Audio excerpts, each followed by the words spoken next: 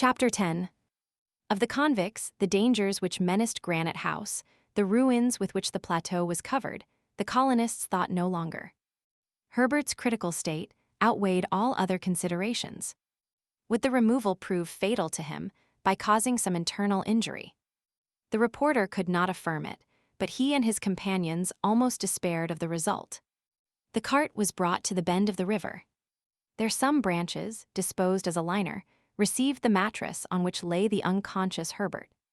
10 minutes after, Cyrus Harding, Spilett, and Pencroft were at the foot of the cliff, leaving Neb to take the cart on to the plateau of Prospect Heights. The lift was put in motion, and Herbert was soon stretched on his bed in Granite House. What cares were lavished on him to bring him back to life? He smiled for a moment on finding himself in his room, but could scarcely even murmur a few words, so great was his weakness. Gideon Spilett examined his wounds. He feared to find them reopened, having been imperfectly healed. There was nothing of the sort.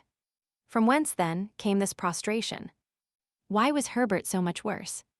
The lad then fell into a kind of feverish sleep, and the reporter and Pencroft remained near the bed.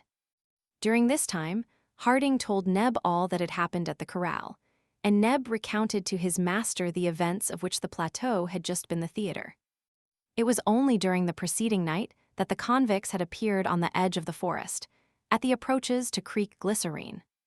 Neb, who was watching near the poultry yard, had not hesitated to fire at one of the pirates, who was about to cross the stream. But in the darkness, he could not tell whether the man had been hit or not. At any rate, it was not enough to frighten away the band, and Neb had only just time to get up to Granite House, where at least he was in safety. But what was he to do there? How prevent the devastations with which the convicts threatened the plateau? Had Neb any means by which to warn his master? And besides, in what situation were the inhabitants of the corral themselves? Cyrus Harding and his companions had left on the 11th of November, and it was now the 29th. It was, therefore, 19 days since Neb had had other news than that brought by top disastrous news. Ayrton disappeared, Herbert severely wounded, the engineer, reporter, and sailor, as it were, imprisoned in the corral. What was he to do? Asked poor Neb. Personally, he had nothing to fear, for the convicts could not reach him in Granite House. But the buildings, the plantations, all their arrangements at the mercy of the pirates. Would it not be best to let Cyrus Harding judge of what he ought to do, and to warn him, at least, of the danger which threatened him? Neb then thought of employing Jup, and confiding a note to him. He knew the orang's great intelligence, which had been often put to the proof. Jup understood the word corral, which had been frequently pronounced before him, and it may be remembered, too, that he had often driven the cart thither in company with Pencroft. Day had not yet dawned. The active orang would know how to pass unperceived through the woods, of which the convicts, besides, would think he was a native. Neb did not hesitate. He wrote the note, he tied it to Jup's neck, he brought the ape to the door of Granite House, from which he let down a long cord to the ground. Then, several times he repeated these words. Jup, Jup. Corral, corral. The creature understood, seized the cord, glided rapidly down the beach, and disappeared in the darkness without the convicts' attention having been in the least excited. You did well, Neb, said Harding, but perhaps in not warning us you would have done still better. And in speaking thus, Cyrus Harding thought of Herbert, whose recovery the removal had so seriously checked. Neb ended his account. The convicts had not appeared at all on the beach. Not knowing the number of the island's inhabitants, they might suppose that Granite House was defended by a large party. They must have remembered that during the attack by the brig numerous shot had been fired both from the lower and upper rocks, and no doubt they did not wish to expose themselves. But the plateau of Prospect Heights was open to them, and not covered by the fire of Granite House. They gave themselves up, therefore, to their instinct of destruction plundering, burning, devastating everything and only retiring half an hour before the arrival of the colonists, whom they believed still confined in the corral. On their retreat, Neb hurried out. He climbed the plateau at the risk of being perceived and fired at, tried to extinguish the fire which was consuming the buildings of the poultry yard, and had struggled, though in vain, against it until the cart appeared at the edge of the wood. Such had been these serious events. The presence of the convicts constituted a permanent source of danger to the settlers in Lincoln Island, until then so happy, and who might now expect still greater misfortunes. Spilett remained in Granite House with Herbert and Pencroft, while Cyrus Harding, accompanied by Neb, proceeded to judge for himself of the extent of the disaster. It was fortunate that the convicts had not advanced to the foot of Granite House. The workshop at the Chimneys would in that case not have escaped destruction. But after all, this evil would have been more easily reparable than the ruins accumulated on the plateau of Prospect Heights. Harding and Neb proceeded towards the Mercy and ascended its left bank without meeting with any trace of the convicts, nor on the other side of the river, in the depths of the wood, could they perceive any suspicious indications. Besides, it might be supposed that in all probability either the convicts knew of the return of the settlers to Granite House, by having seen them pass on the road from the corral, or, after the devastation of the plateau, they had penetrated into Jacamar Wood, following the course of the Mercy, and were thus ignorant of their return. In the former case, they must have returned towards the corral, now without defenders, and which contained valuable stores. In the latter, they must have regained their encampment, and would wait on opportunity to recommence the attack. It was, therefore, possible to prevent them, but any enterprise to clear the island was now rendered difficult by reason of Herbert's condition. Indeed, their whole force would have been barely sufficient to cope with the convicts, and just now no one could leave Granite House. The engineer and Neb arrived on the plateau. Desolation reigned everywhere. The fields had been trampled over. The ears of wheat, which were nearly full-grown, lay on the ground. The other plantations had not suffered less. The kitchen garden was destroyed. Happily, Granite House possessed a store of seed, which would enable them to repair these misfortunes. As to the wall and buildings of the poultry yard and the onager's stable, the fire had destroyed all. A few terrified creatures roamed over the plateau. The birds, which during the fire had taken refuge on the waters of the lake, had already returned to their accustomed spot and were dabbling on the banks. Everything would have to be reconstructed. Cyrus Harding's face, which was paler than usual, expressed an internal anger which he commanded with difficulty, but he did not utter a word. Once more he looked at his devastated fields, and at the smoke which still rose from the ruins, then he returned to Granite House. The following days were the saddest of any that the colonists had passed on the island. Herbert's weakness visibly increased. It appeared that a more serious malady, the consequence of the profound physiological disturbance he had gone through, threatened to declare itself, and Gideon Spilett feared such an aggravation of his condition that he would be powerless to fight against it. In fact, Herbert remained in an almost continuous state of drowsiness, and symptoms of delirium began to manifest themselves. Refreshing drinks were the only remedies at the colonists' disposal. The fever was not as yet very high, but it soon appeared that it would probably recur at regular intervals. Gideon Spilett first recognized this on the 6th of December. The poor boy, whose fingers, nose, and ears had become extremely pale, was at first seized with slight shiverings, horripilations, and tremblings. His pulse was weak and irregular, his skin dry, his thirst intense. To this soon succeeded a hot fit, his face became flushed, his skin reddened, his pulse quick. Then a profuse perspiration broke out, after which the fever seemed to diminish. The attack had lasted nearly 5 hours. Gideon Spilett had not left Herbert, who, it was only too certain, was now seized by an intermittent fever, and this fever must be cured at any cost before it should assume a more serious aspect. And in order to cure it, said Spilett to Cyrus Harding, we need a febrifuge. A febrifuge, answered the engineer. We have neither Peruvian bark nor sulfate of quinine. No, said Gideon Spilett, but there are willows on the border of the lake, and the bark of the willow might, perhaps, prove to be a substitute for quinine. Let us try it without losing a moment, replied Cyrus Harding. The bark of the willow has, indeed, been justly considered as a succedaneum for Peruvian bark, as has also that of the horse-chestnut tree, the leaf of the holly, the snakeroot, etc. It was evidently necessary to make trial of this substance. although not so valuable as Peruvian bark, and to employ it in its natural state, since they had no means for extracting its essence. Cyrus Harding went himself to cut from the trunk of a species of black willow a few pieces of bark. He brought them back to Granite House and reduced them to a powder, which was administered that same evening to Herbert.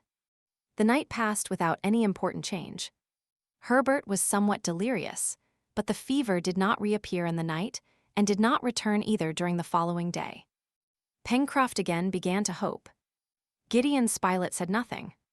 It might be that the fever was not quotidian, but tertian, and that it would return next day. Therefore, he awaited the next day with the greatest anxiety. It might have been remarked, besides, that during this period Herbert remained utterly prostrate, his head weak and giddy. Another symptom alarmed the reporter to the highest degree. Herbert's liver became congested, and soon a more intense delirium showed that his brain was also affected. Gideon Spilett was overwhelmed by this new complication. He took the engineer aside. "It is a malignant fever," said he. "A malignant fever," cried Harding. "You are mistaken, Spilett. A malignant fever does not declare itself spontaneously. Its germ must previously have existed." "I am not mistaken," replied the reporter. "Herbert, no doubt, contracted the germ of this fever in the marshes of the island. He has already had one attack. Should a second come on, and should we not be able to prevent a third, he is lost." "But the willow bark—" "That is insufficient," answered the reporter, "and the third attack of a malignant fever, which is not arrested by means of quinine, is always fatal." Fortunately, Pencroft heard nothing of this conversation, or he would have gone mad.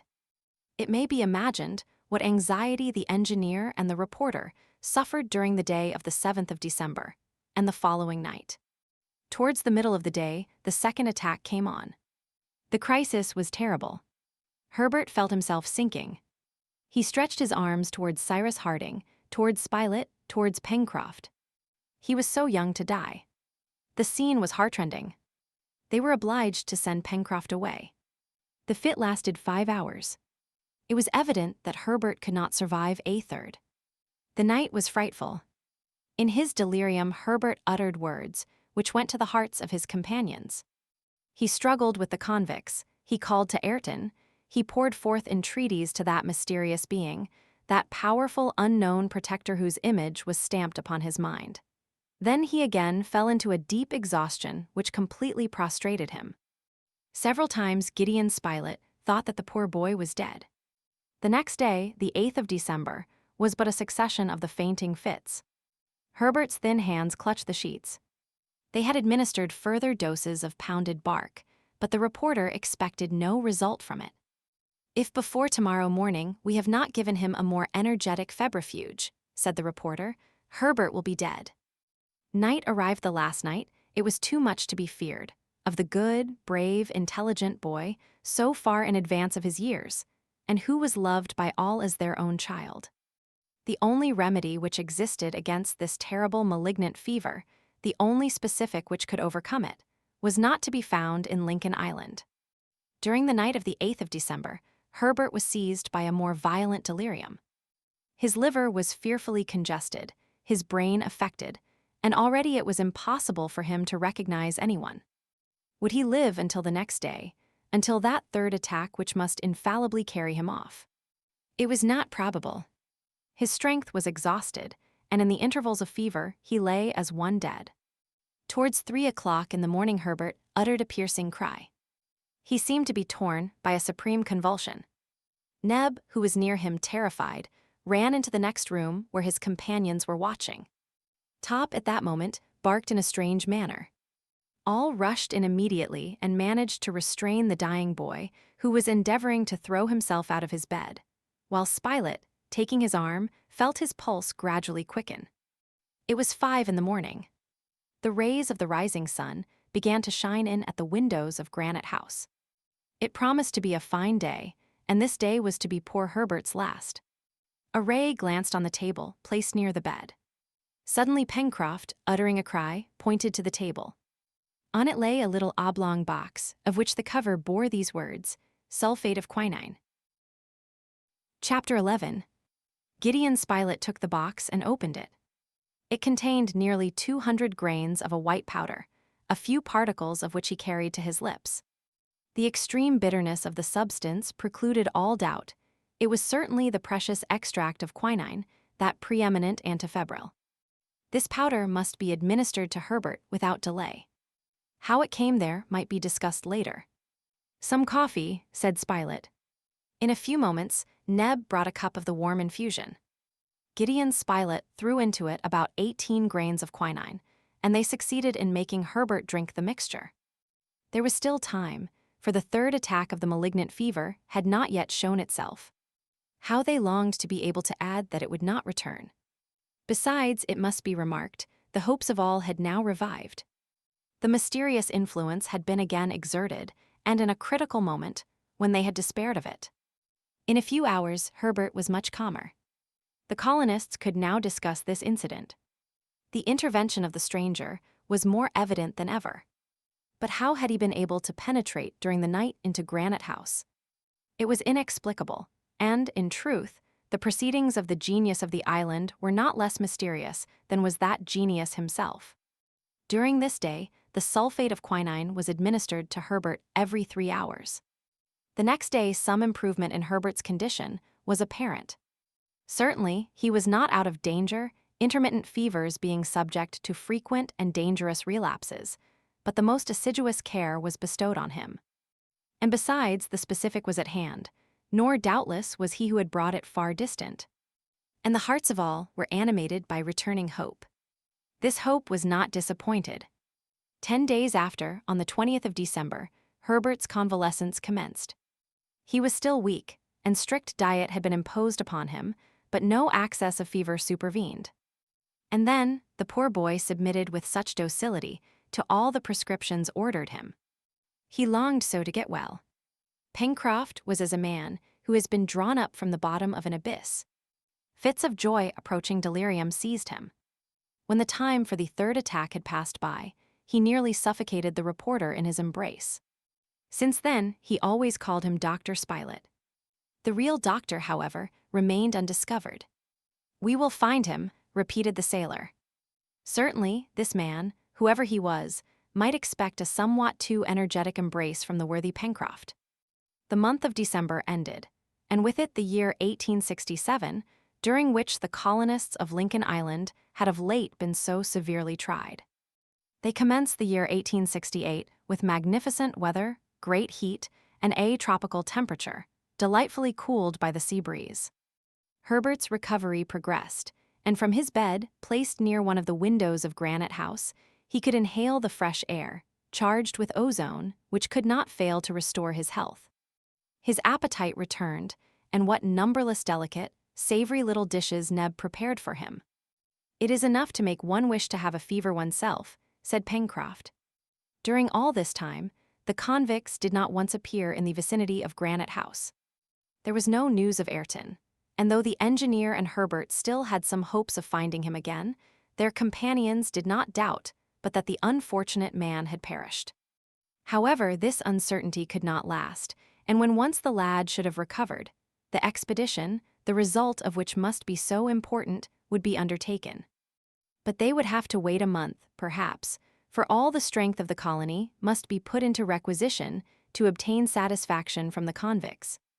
However, Herbert's convalescence progressed rapidly. The congestion of the liver had disappeared, and his wounds might be considered completely healed. During the month of January, important work was done on the plateau of Prospect Heights, but it consisted solely in saving as much as was possible from the devastated crops, either of corn or vegetables. The grain and the plants were gathered, so as to provide a new harvest for the approaching half-season. With regard to rebuilding the poultry yard, wall, or stables, Cyrus Harding preferred to wait. While he and his companions were in pursuit of the convicts, the latter might very probably pay another visit to the plateau, and it would be useless to give them an opportunity of recommencing their work of destruction. When the island should be cleared of these miscreants, they would set about rebuilding. The young convalescent began to get up in the second week of January, at first for 1 hour a day, then 2, then 3. His strength visibly returned, so vigorous was his constitution. He was now 18 years of age. He was tall and promised to become a man of noble and commanding presence. From this time his recovery, while still requiring care, and Dr. Spilett was very strict, made rapid progress. Towards the end of the month, Herbert was already walking about on Prospect Heights and the beach. He derived, from several sea baths, which he took in company with Pencroft and Neb, the greatest possible benefit. Cyrus Harding thought he might now settle the day for their departure, for which the 15th of February was fixed. The nights, very clear at this time of year, would be favorable to the researches they intended to make all over the island.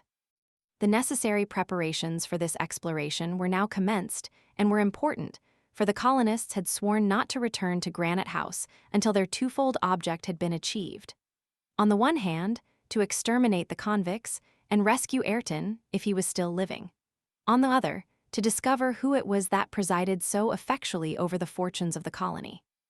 Of Lincoln Island, the settlers knew thoroughly all the eastern coast from Claw Cape to the Mandible Capes, the extensive Tadorn Marsh, the neighborhood of Lake Grant, Jacamar Wood, between the road to the Corral and the Mercy, the courses of the Mercy and Red Creek, and lastly, the spurs of Mount Franklin, among which the Corral had been established.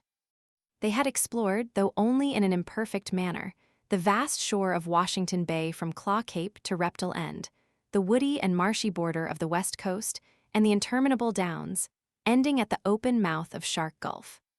But they had in no way surveyed the woods which covered the Serpentine Peninsula, all to the right of the Mercy, the left bank of Falls River, and the wilderness of spurs and valleys which supported 3/4 of the base of Mount Franklin, to the east, the north, and the west, and where doubtless many secret retreats existed. Consequently, many millions of acres of the island had still escaped their investigations. It was, therefore, decided that the expedition should be carried through the far west, so as to include all that region situated on the right of the Mercy. It might, perhaps, be better worth while to go direct to the Corral, where it might be supposed that the convicts had again taken refuge, either to pillage or to establish themselves there. But either the devastation of the Corral would have been an accomplished fact by this time, and it would be too late to prevent it, or it had been the convicts' interest to entrench themselves there, and there would be still time to go and turn them out on their return. Therefore, after some discussion, the first plan was adhered to, and the settlers resolved to proceed through the wood to Reptile End. They would make their way with their hatchets, and thus lay the first draft of a road which would place Granite House in communication with the end of the peninsula for a length of from 16 to 17 miles. The cart was in good condition. The onagers, well rested, could go a long journey. Provisions, camp effects, a portable stove, and various utensils were packed in the cart, as also weapons and ammunition, carefully chosen from the now complete arsenal of Granite House. But it was necessary to remember that the convicts were, perhaps, roaming about the woods, and that in the midst of these thick forests a shot might quickly be fired and received. It was therefore resolved that the little band of settlers should remain together and not separate under any pretext whatever. It was also decided that no one should remain at Granite House. Top and Jup themselves were to accompany the expedition. The inaccessible dwelling needed no guard. The 14th of February, eve of the departure, was consecrated entirely to repose, and thanksgiving addressed by the colonists to the Creator. A place in the cart was reserved for Herbert, who, though thoroughly convalescent, was still a little weak. The next morning, at daybreak, Cyrus Harding took the necessary measures to protect Granite House from any invasion. The ladders, which were formerly used for the ascent, were brought to the chimneys and buried deep in the sand, so that they might be available on the return of the colonists, for the machinery of the lift had been taken to pieces, and nothing of the apparatus remained. Pencroft stayed the last in Granite House in order to finish this work, and he then lowered himself down by means of a double rope held below, and which, when once hauled down, left no communication between the upper landing and the beach. The weather was magnificent. "We shall have a warm day of it," said the reporter, laughing. "Pooh! Dr. Spilett," answered Pencroft, "we shall walk under the shade of the trees and shan't even see the sun." "Forward," said the engineer. The cart was waiting on the beach before the chimneys. The reporter made Herbert take his place in it during the first hours at least of the journey, and the lad was obliged to submit to his doctor's orders. Neb placed himself at the onagers' heads. Cyrus Harding, the reporter, and the sailor walked in front. Top bounded joyfully along. Herbert offered a seat in his vehicle to Jup, who accepted it without ceremony. The moment for departure had arrived, and the little band set out. The cart first turned the angle of the mouth of the Mersey. Then, having ascended the left bank for a mile, crossed the bridge, at the other side of which commenced the road to Port Balloon. And there the explorers, leaving this road on their left, entered the cover of the immense woods which formed the region of the far west.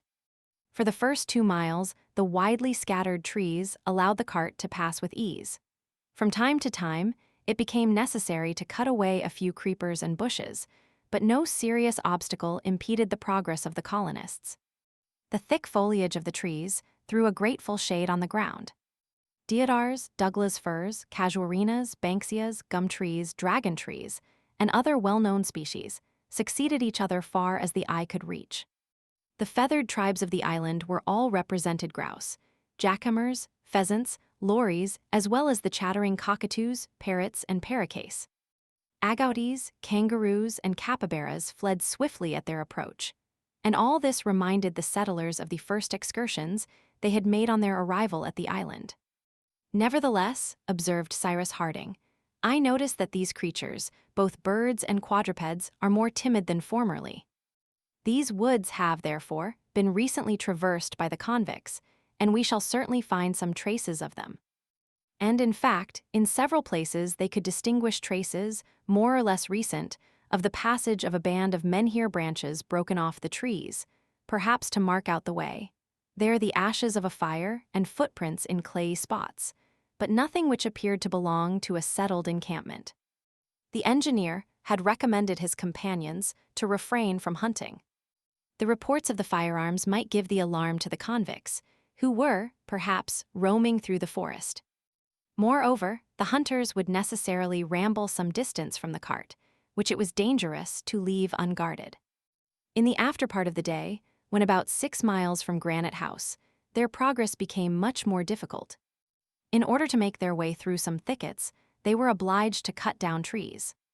Before entering such places, Harding was careful to send in Top and Jup, who faithfully accomplished their commission, and when the dog and orang returned without giving any warning, there was evidently nothing to fear, either from convicts or wild beasts, 2 varieties of the animal kingdom, whose ferocious instincts placed them on the same level. On the evening of the first day, the colonists encamped about 9 miles from Granite House, on the border of a little stream falling into the Mersey, and of the existence of which they had till then been ignorant. It evidently, however, belonged to the hydrographical system to which the soil owed its astonishing fertility.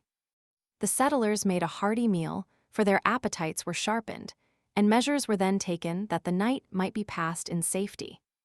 If the engineer had had only to deal with wild beasts, jaguars or others, he would have simply lighted fires all around his camp, which would have sufficed for its defense.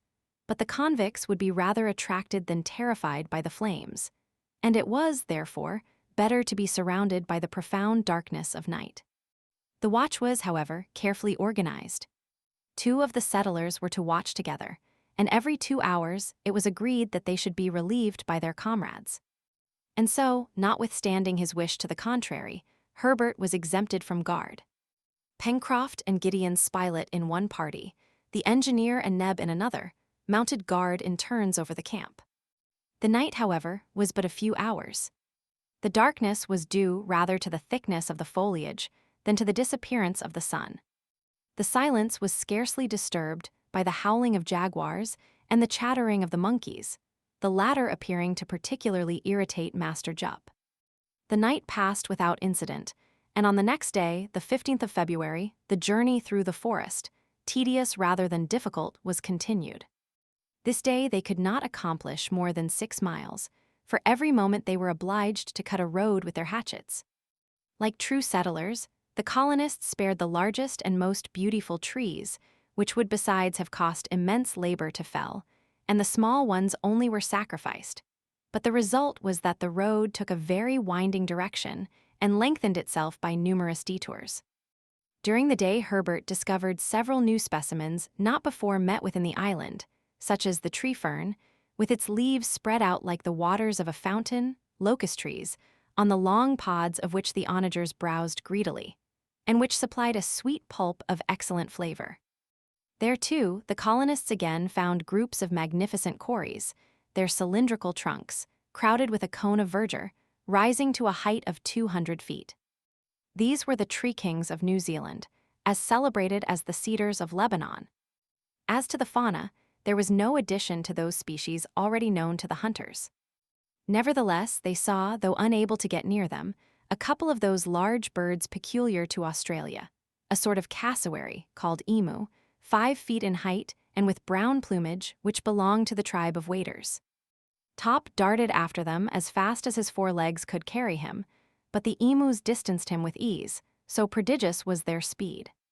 As to the traces left by the convicts, a few more were discovered.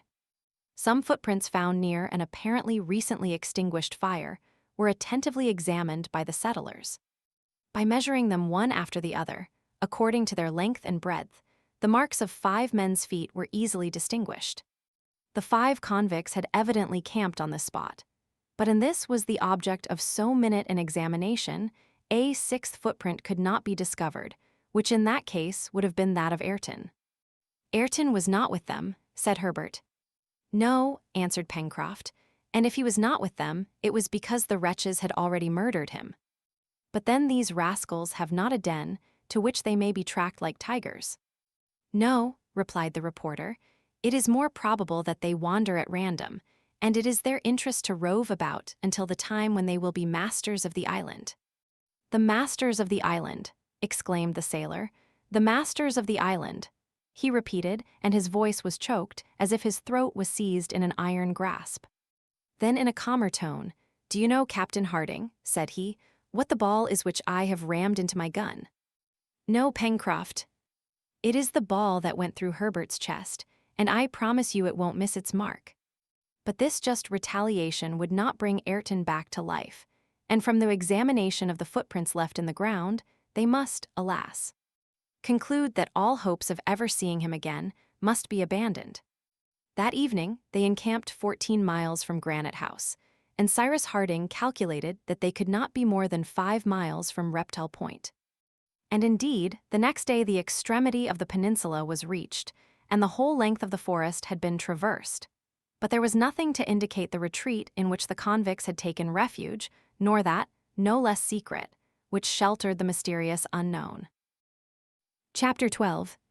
The next day, the 18th of February, was devoted to the exploration of all that wooded region forming the shore from Reptile End to Falls River.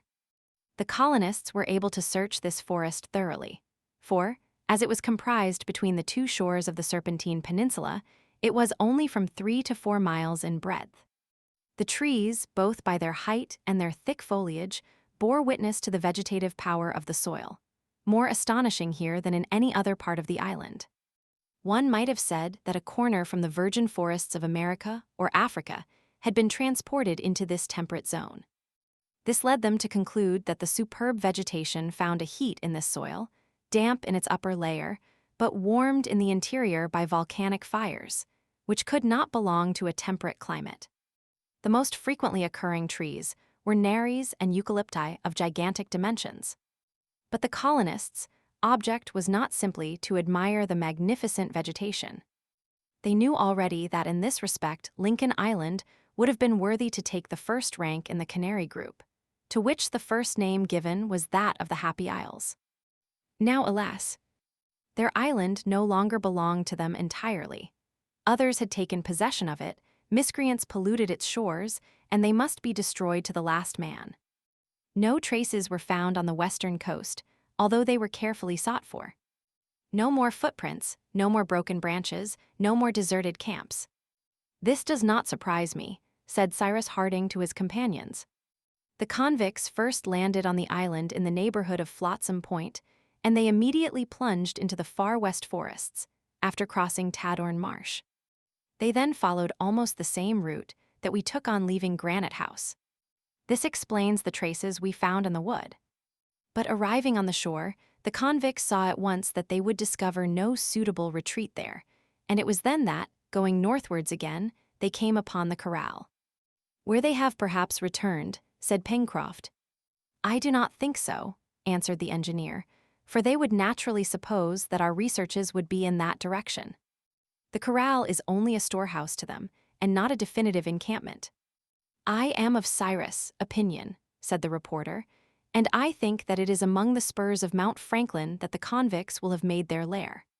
"Then, Captain, straight to the corral," cried Pencroft. "We must finish them off, and till now we have only lost time."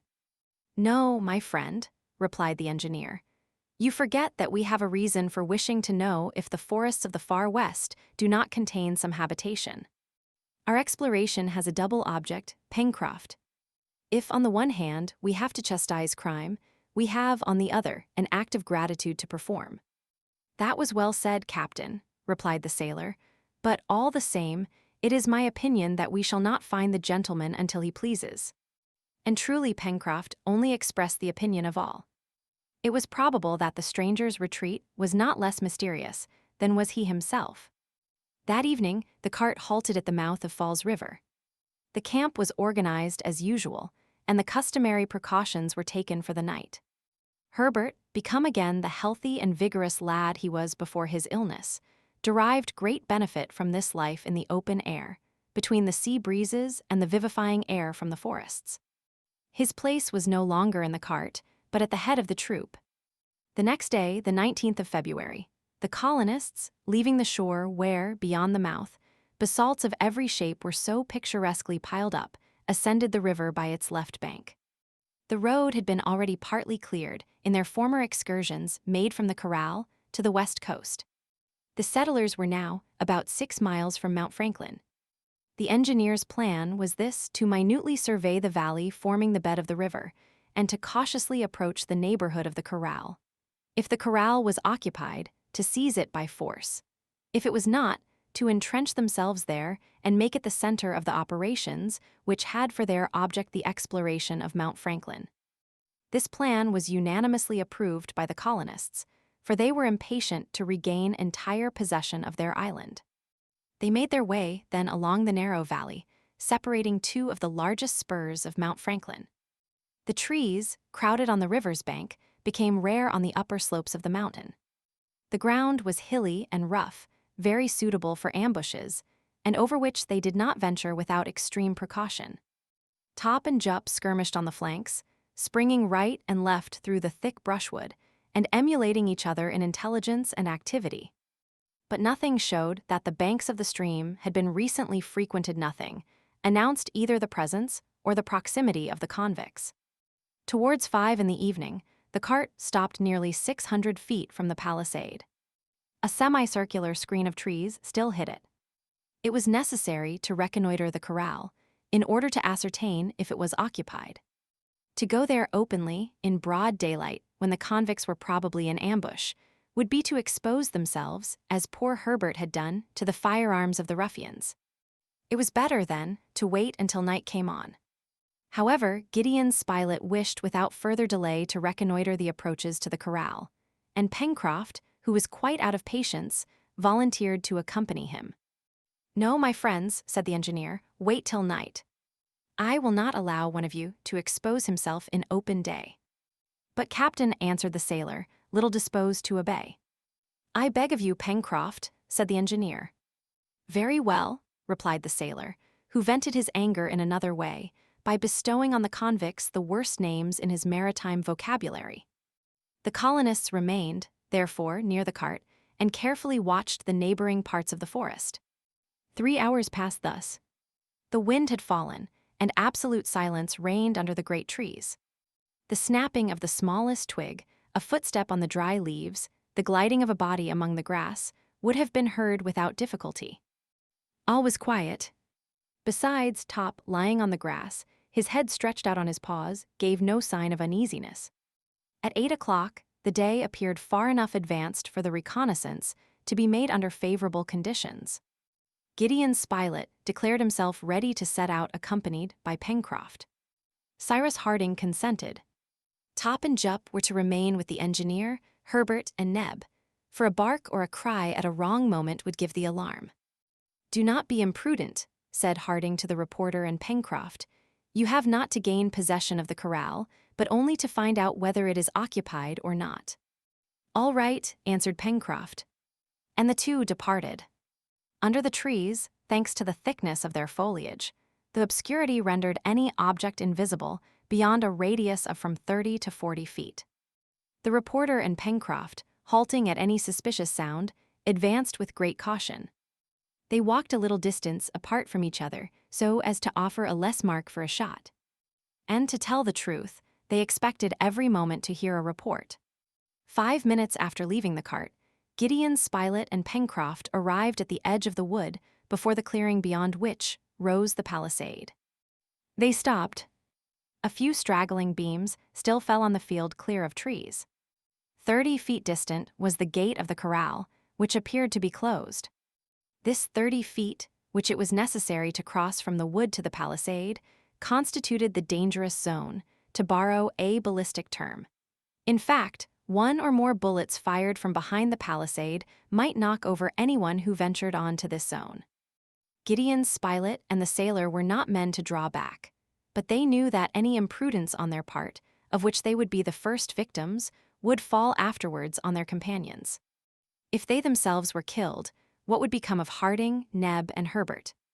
But Pencroft, excited at feeling himself so near the corral where he supposed the convicts had taken refuge, was about to press forward when the reporter held him back with a grasp of iron. "In a few minutes it will be quite dark," whispered Spilett in the sailor's ear. "Then will be the time to act." Pencroft, convulsively clasping the butt end of his gun, restrained his energies and waited, swearing to himself. Soon the last of the twilight faded away. Darkness, which seemed as if it issued from the dense forest, covered the clearing. Mount Franklin rose like an enormous screen before the western horizon, and night spread rapidly over all, as it does in regions of low latitudes. Now was the time. The reporter and Pencroft, since posting themselves on the edge of the wood, had not once lost sight of the palisade. The corral appeared to be absolutely deserted. The top of the palisade formed a line, a little darker than the surrounding shadow, and nothing disturbed its distinctness. Nevertheless, if the convicts were there, they must have posted one of their number to guard against any surprise. Spilett grasped his companion's hand, and both crept towards the corral, their guns ready to fire. They reached the gate without the darkness being illuminated by a single ray of light. Pencroft tried to push open the gate, which, as the reporter and he had supposed, was closed. However, the sailor was able to ascertain that the outer bars had not been put up. It might, then, be concluded that the convicts were there in the corral, and that very probably they had fastened the gate in such a way that it could not be forced open. Gideon Spilett and Pencroft listened.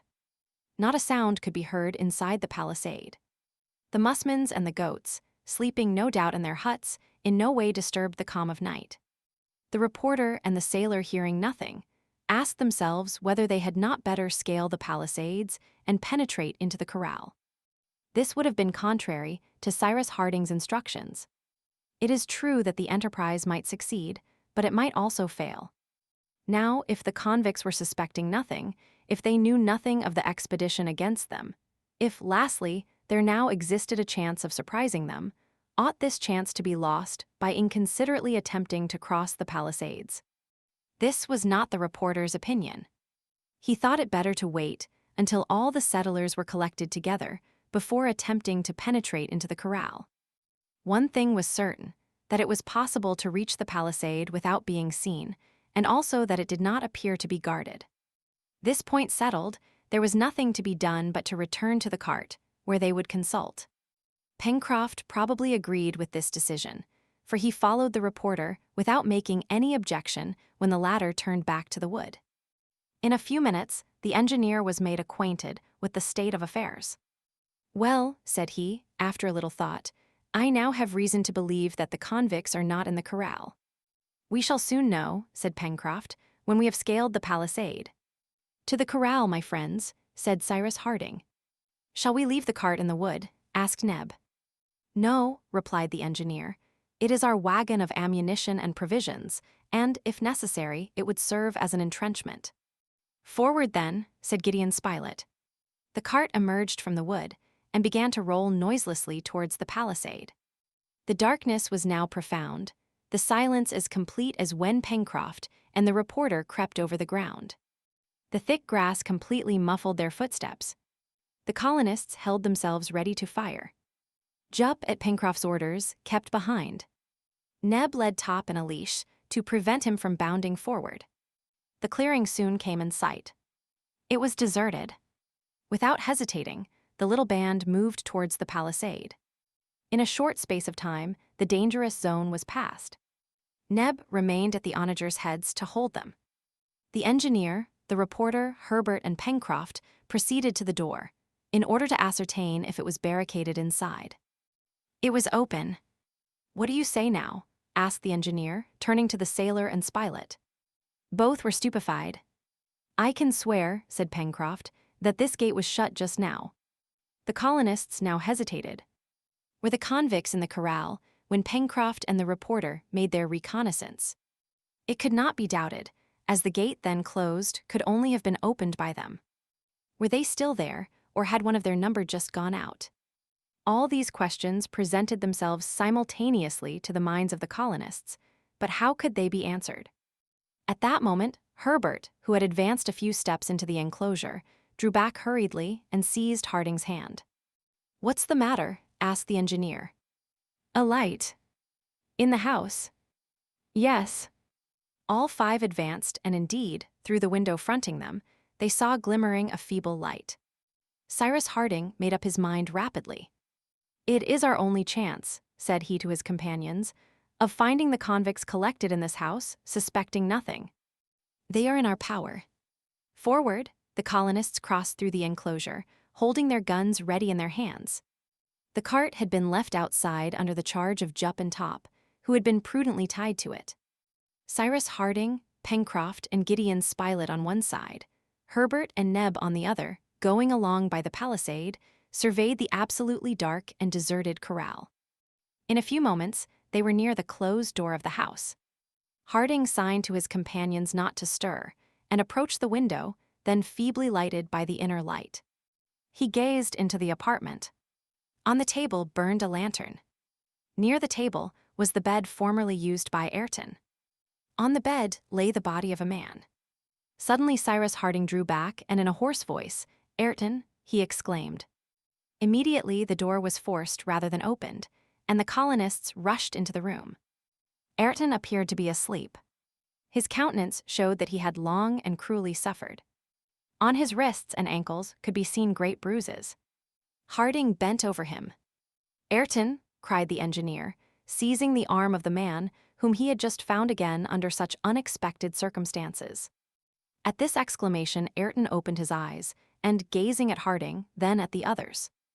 "You," he cried, "you." "Ayrton." "Ayrton," repeated Harding. "Where am I?" "In the house in the corral." "Alone?" "Yes." "But they will come back," cried Ayrton. "Defend yourselves. Defend yourselves." And he fell back exhausted. "Spilett," exclaimed the engineer, "we may be attacked at any moment. Bring the cart into the corral. Then barricade the door, and all come back here." Pencroft, Neb, and the reporter hastened to execute the engineer's orders. There was not a moment to be lost. Perhaps even now the cart was in the hands of the convicts. In a moment, the reporter and his two companions had crossed the corral and reached the gate of the palisade, behind which Top was heard growling sullenly. The engineer, leaving Ayrton for an instant, came out ready to fire. Herbert was at his side. Both surveyed the crest of the spur, overlooking the corral. If the convicts were lying in ambush there, they might knock the settlers over one after the other. At that moment the moon appeared in the east, above the black curtain of the forest, and a white sheet of light spread over the interior of the enclosure. The corral, with its clumps of trees, the little stream which watered it, its wide carpet of grass, was suddenly illuminated. From the side of the mountain, The house and a part of the palisade stood out white in the moonlight. On the opposite side towards the door, the enclosure remained dark.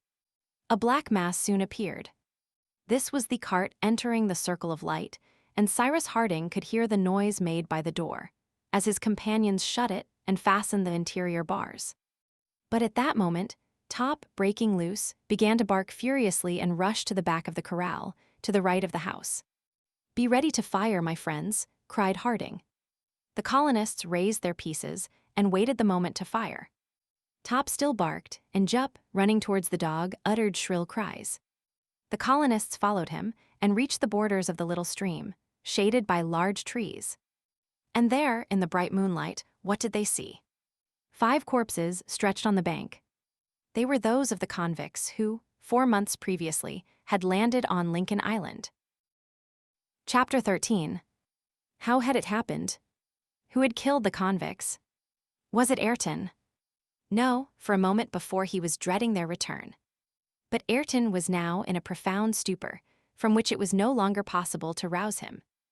After uttering those few words, he had again become unconscious, and had fallen back motionless on the bed. The colonists, a prey to 1,000 confused thoughts, under the influence of violent excitement, waited all night, without leaving Ayrton's house or returning to the spot where lay the bodies of the convicts. It was very probable that Ayrton would not be able to throw any light on the circumstances under which the bodies had been found, since he himself was not aware that he was in the corral. But at any rate, he would be in a position to give an account of what had taken place before this terrible execution. The next day Ayrton awoke from his torpor, and his companions cordially manifested all the joy they felt on seeing him again, almost safe and sound, after 104 days' separation. Ayrton then in a few words recounted what had happened, or, at least, as much as he knew. The day after his arrival at the corral, on the 10th of last November, at nightfall, he was surprised by the convicts, who had scaled the palisade. They bound and gagged him. Then he was led to a dark cavern at the foot of Mount Franklin, where the convicts had taken refuge. His death had been decided upon, and the next day the convicts were about to kill him, when one of them recognized him and called him by the name which he bore in Australia. The wretches had no scruples as to murdering Ayrton. They spared Ben Joyce. But from that moment, Ayrton was exposed to the importunities of his former accomplices. They wished him to join them again, and relied upon his aid to enable them to gain possession of Granite House, to penetrate into that hitherto inaccessible dwelling, and to become masters of the island after murdering the colonists. Ayrton remained firm. The once convict, now repentant and pardoned, would rather die than betray his companions. Ayrton bound, gagged, and closely watched lived in this cave for 4 months. Nevertheless, the convicts had discovered the corral a short time after their arrival in the island, and since then they had subsisted on Ayrton's stores, but did not live at the corral. On the 11th of November, 2 of the villains, surprised by the colonists' arrival, fired at Herbert, and one of them returned, boasting of having killed one of the inhabitants of the island, but he returned alone.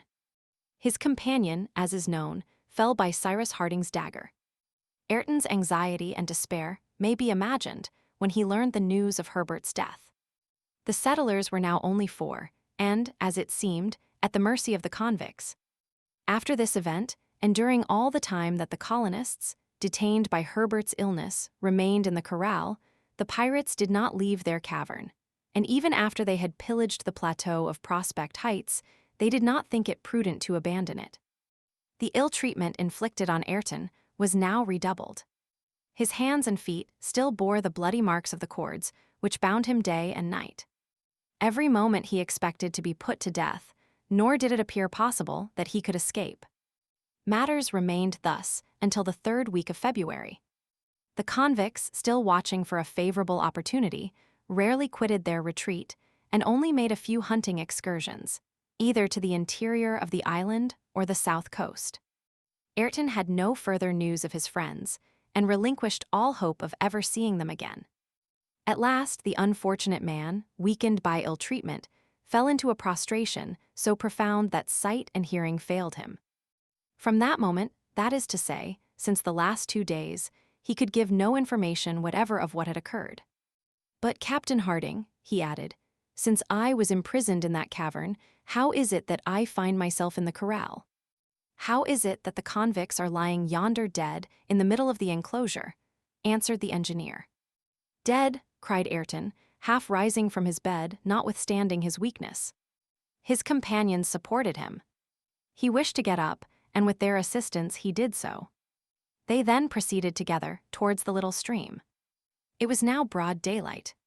There, on the bank, in the position in which they had been stricken by death in its most instantaneous form, lay the corpses of the 5 convicts. Ayrton was astounded.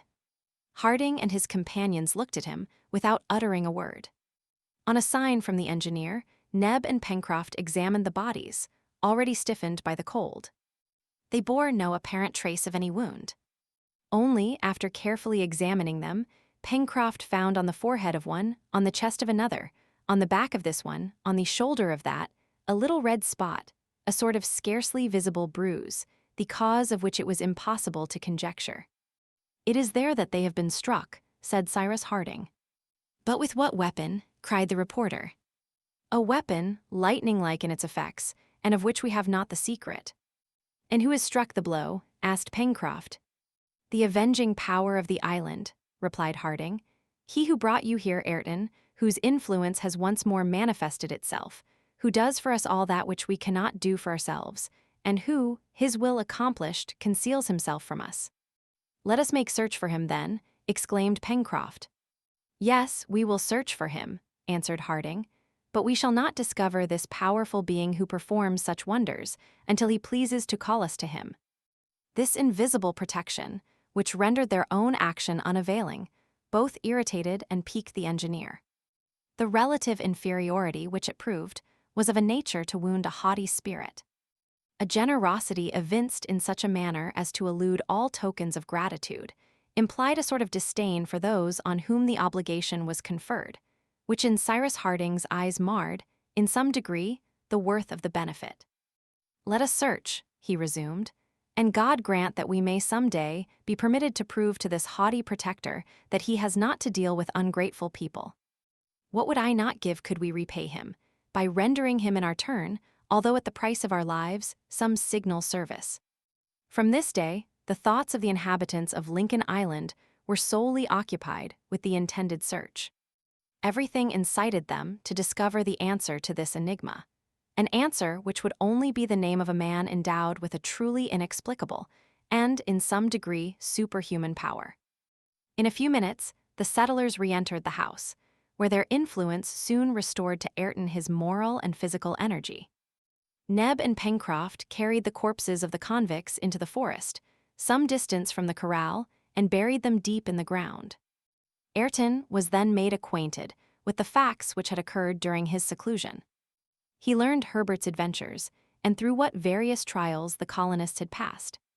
As to the settlers, they had despaired of ever seeing Ayrton again, and had been convinced that the convicts had ruthlessly murdered him. "And now," said Cyrus Harding, as he ended his recital, "a duty remains for us to perform.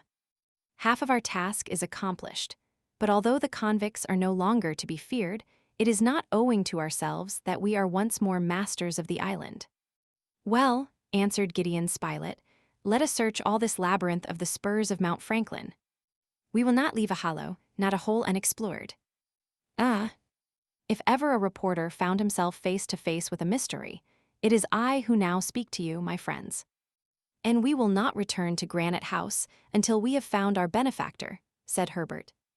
"Yes," said the engineer, "we will do all that it is humanly possible to do, but I repeat we shall not find him until he himself permits us."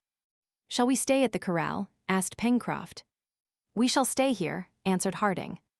"Provisions are abundant, and we are here in the very center of the circle we have to explore. Besides, if necessary, the cart will take us rapidly to Granite House." "Good," answered the sailor. "Only I have a remark to make."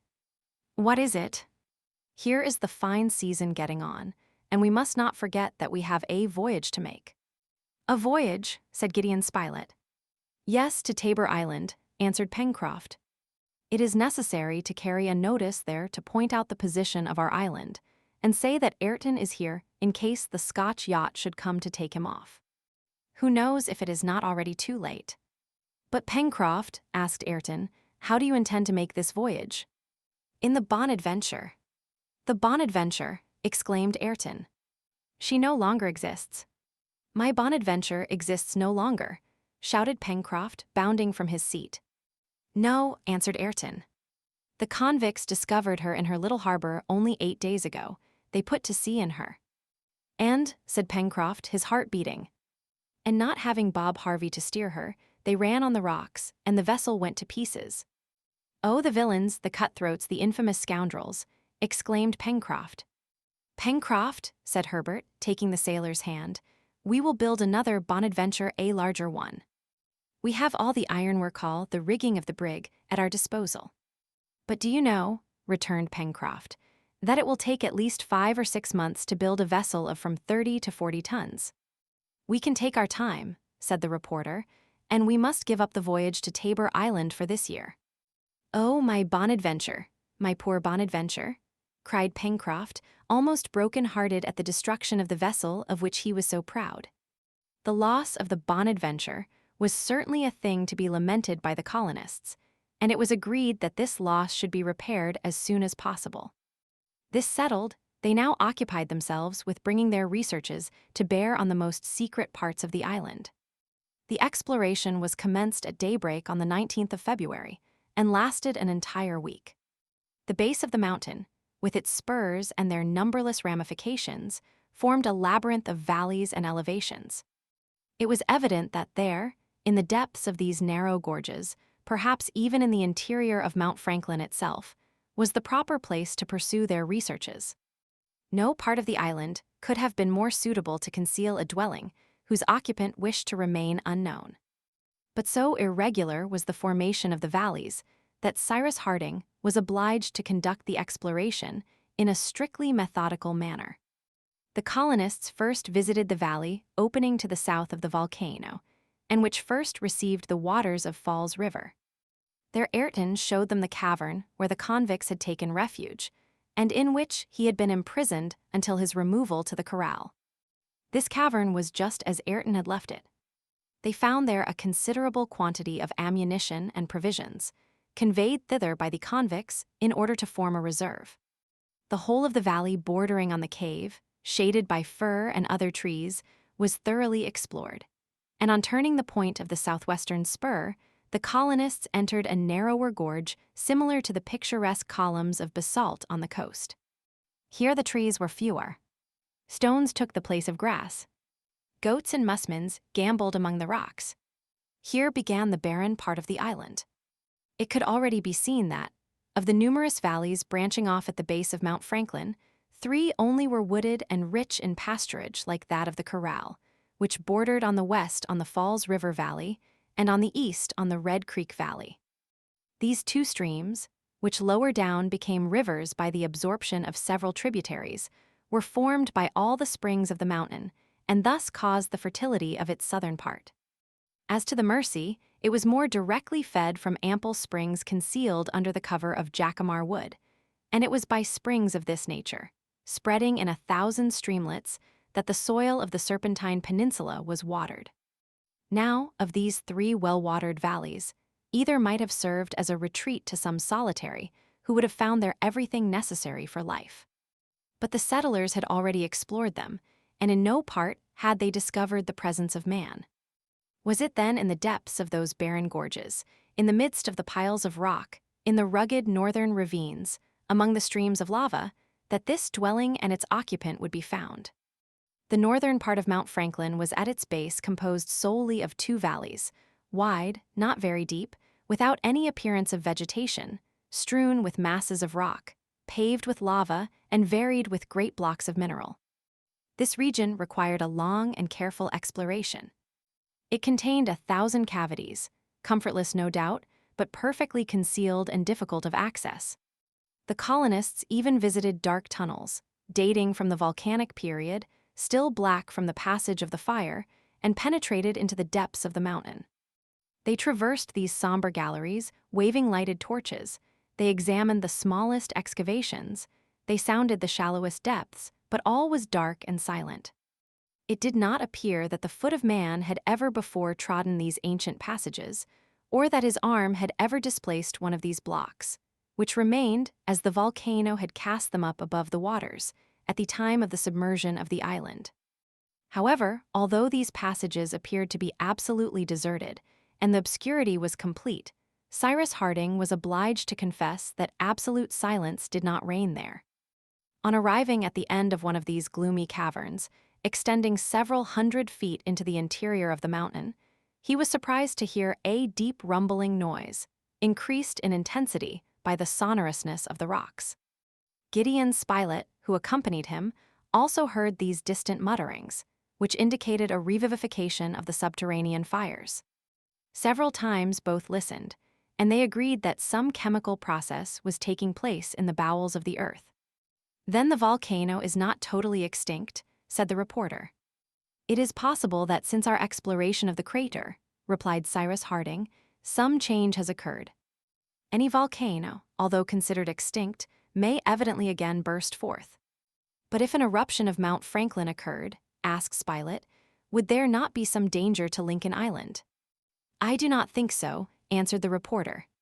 "The crater, that is to say, the safety valve, exists, and the overflow of smoke and lava would escape, as it did formerly, by this customary outlet, unless the lava opened a new way for itself towards the fertile parts of the island."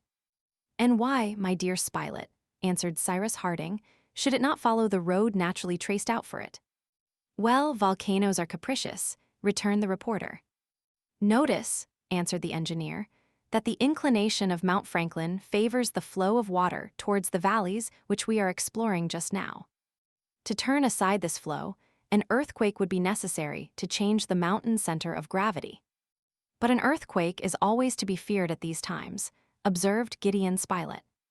"Always," replied the engineer, "especially when the subterranean forces begin to awake, as they risk meeting with some obstruction after a long rest. Thus, my dear Spilett, an eruption would be a serious thing for us, and it would be better that the volcano should not have the slightest desire to wake up. But we could not prevent it, could we? At any rate, even if it should occur, I do not think Prospect Heights would be seriously threatened. Between them and the mountain, the ground is considerably depressed, and if the lava should ever take a course towards the lake, it would be cast on the downs and the neighboring parts of Shark Gulf. We have not yet seen any smoke at the top of the mountain to indicate an approaching eruption," said Gideon Spilett. "No," answered Harding, "not a vapor escapes from the crater, for it was only yesterday that I attentively surveyed the summit. But it is probable that at the lower part of the chimney, time may have accumulated rocks, cinders, hardened lava, and that this valve of which I spoke may at any time become overcharged. But at the first serious effort, every obstacle will disappear, and you may be certain, my dear Spilett, that neither the island, which is the boiler, nor the volcano, which is the chimney, will burst under the pressure of gas. Nevertheless, I repeat, it would be better that there should not be an eruption." "And yet we are not mistaken," remarked the reporter.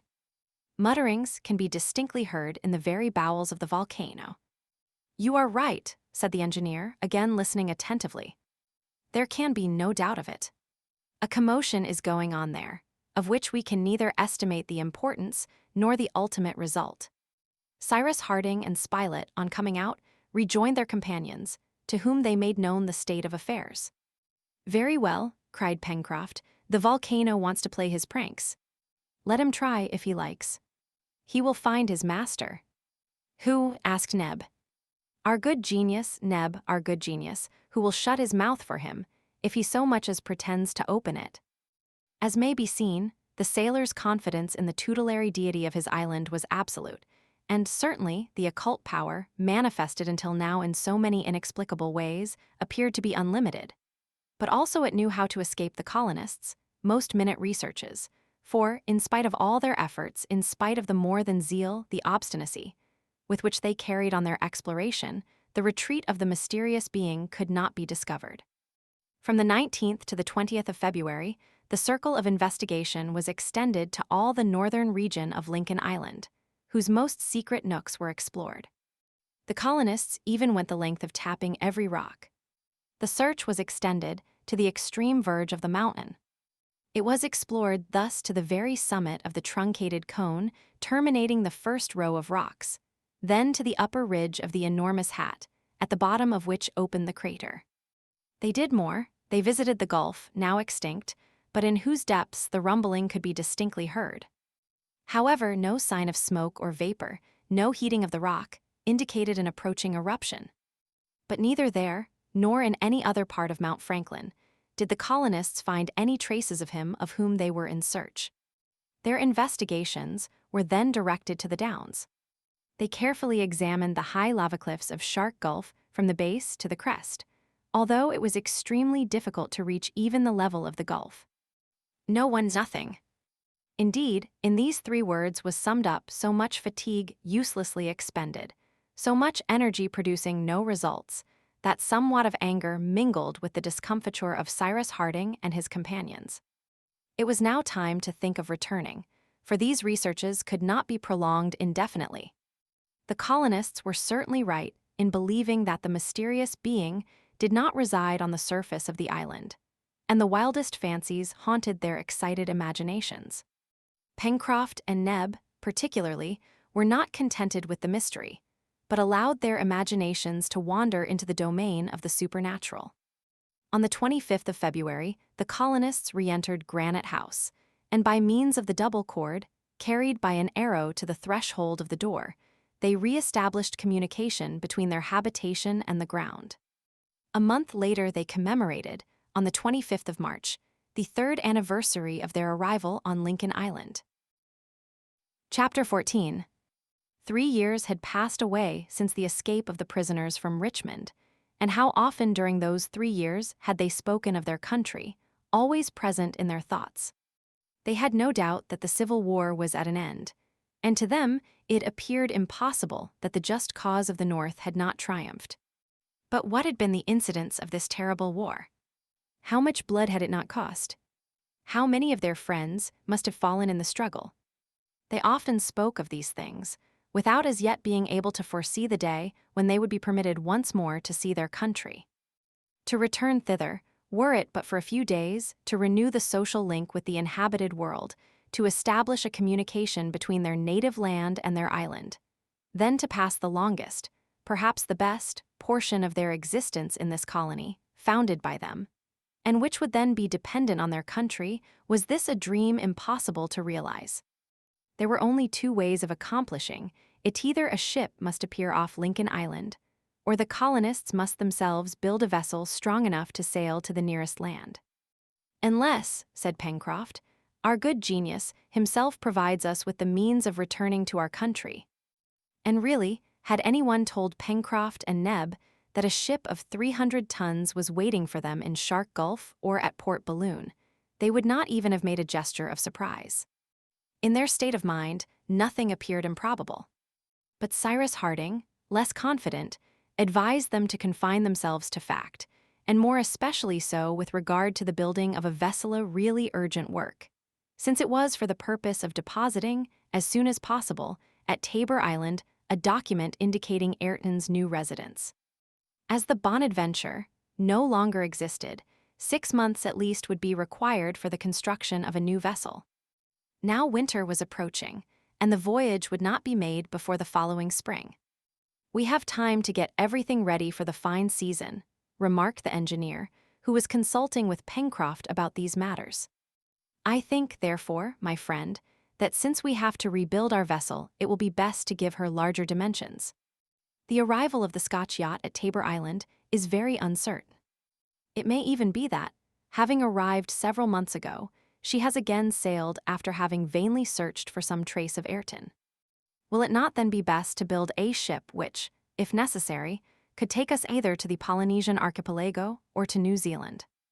What do you think?" "I think, Captain," answered the sailor, "I think that you are as capable of building a large vessel as a small one. Neither the wood nor the tools are wanting. It is only a question of time." And how many months would be required to build a vessel of from 250 to 300 tons? Asked Harding. 7 or 8 months at least, replied Pencroft.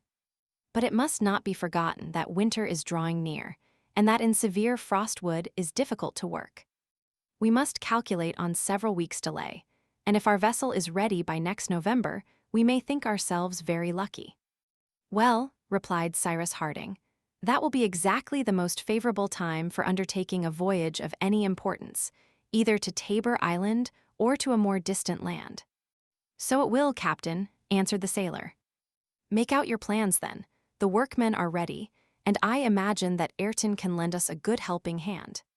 The colonists, having been consulted, approved the engineer's plan, and it was, indeed, the best thing to be done. It is true that the construction of a ship of from 200 to 300 tons would be great labor, but the colonists had confidence in themselves, justified by their previous success. Cyrus Harding then busied himself in drawing the plan of the vessel and making the model. During this time, his companions employed themselves in felling and carting trees to furnish the ribs, timbers, and planks. The forest of the far west supplied the best oaks and elms. They took advantage of the opening already made on their last excursion to form a practicable road, which they named the Far West Road, and the trees were carried to the Chimneys, where the dockyard was established. As to the road in question, the choice of trees had rendered its direction somewhat capricious, but at the same time it facilitated the access to a large part of the Serpentine Peninsula. It was important that the trees should be quickly felled and cut up, for they could not be used while yet green, and some time was necessary to allow them to get seasoned. The carpenters, therefore, worked vigorously during the month of April, which was troubled only by a few equinoctial gales of some violence. Master Jup aided them dexterously, either by climbing to the top of a tree to fasten the ropes or by lending his stout shoulders to carry the lopped trunks. All this timber was piled up under a large shed built near the Chimneys, and there awaited the time for use. The month of April was tolerably fine, as October often is in the northern zone. At the same time, other work was actively continued, and soon all trace of devastation disappeared from the plateau of Prospect Heights. The mill was rebuilt, and new buildings rose in the poultry yard. It had appeared necessary to enlarge their dimensions, for the feathered population had increased considerably.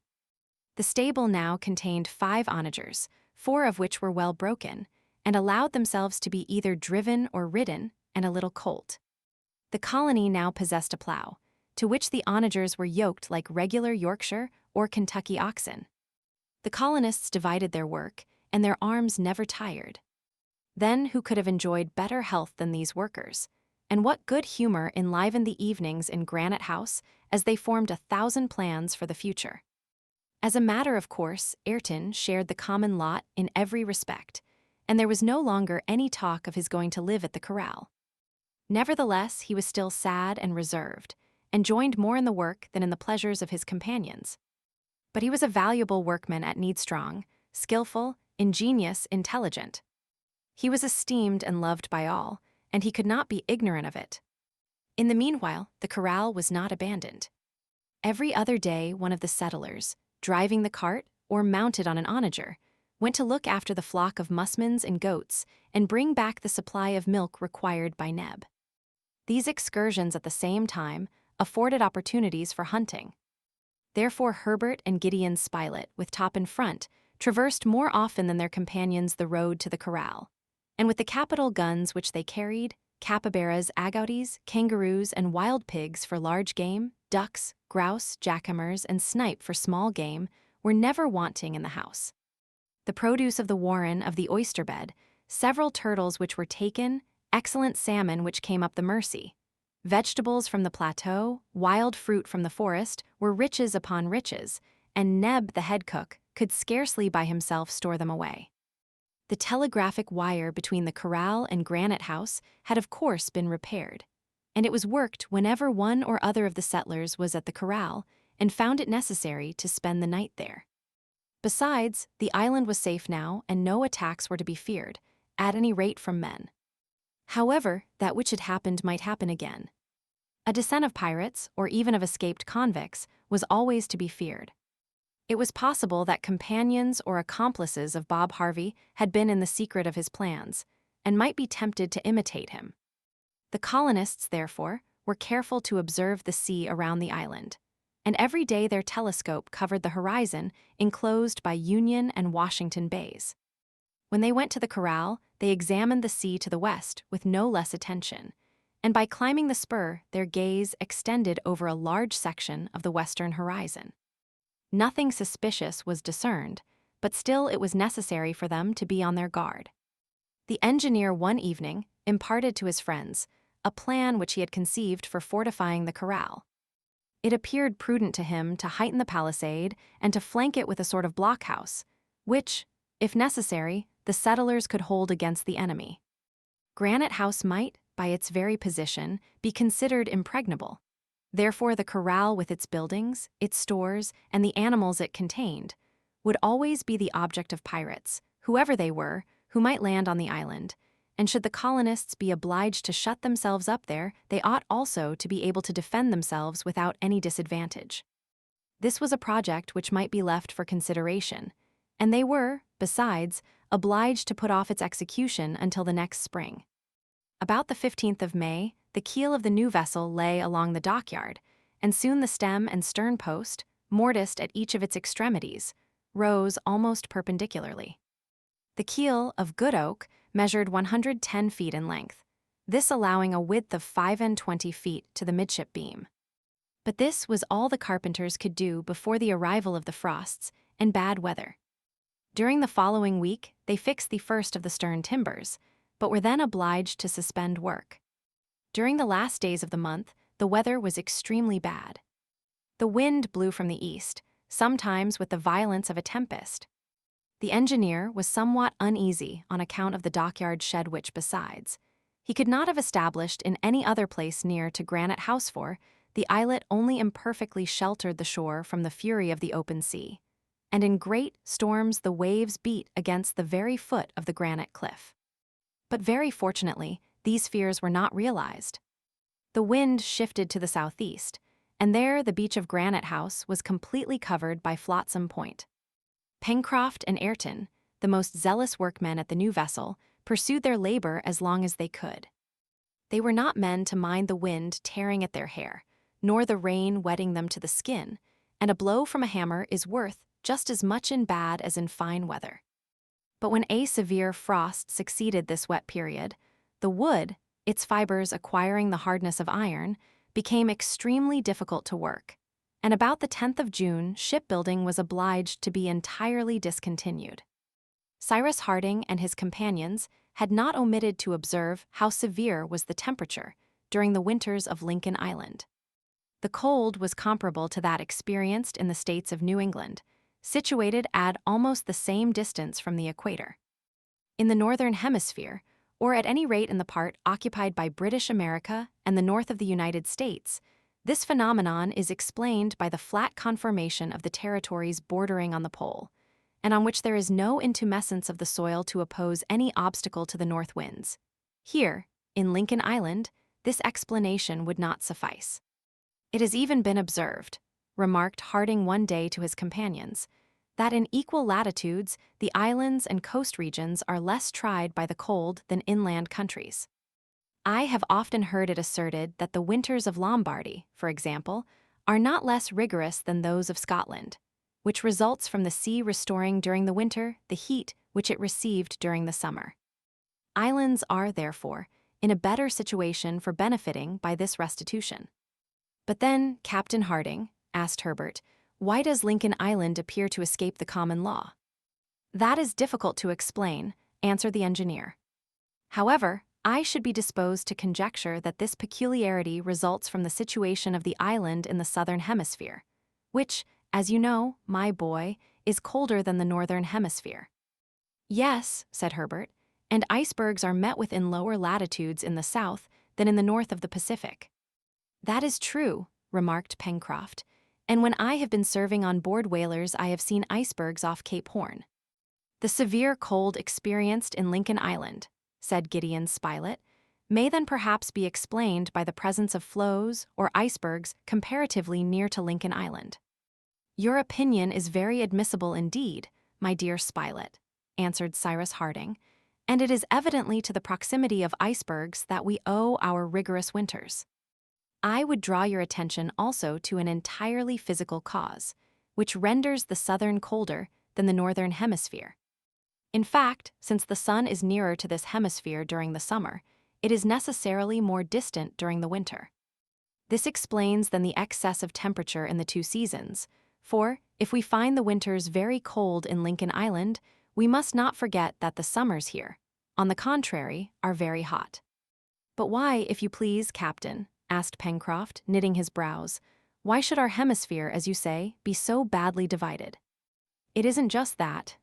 Friend Pencroft, answered the engineer, laughing, whether just or not, we must submit to it, and here lies the reason for this peculiarity. The earth does not describe a circle around the sun, but an ellipse, as it must by the laws of rational mechanics.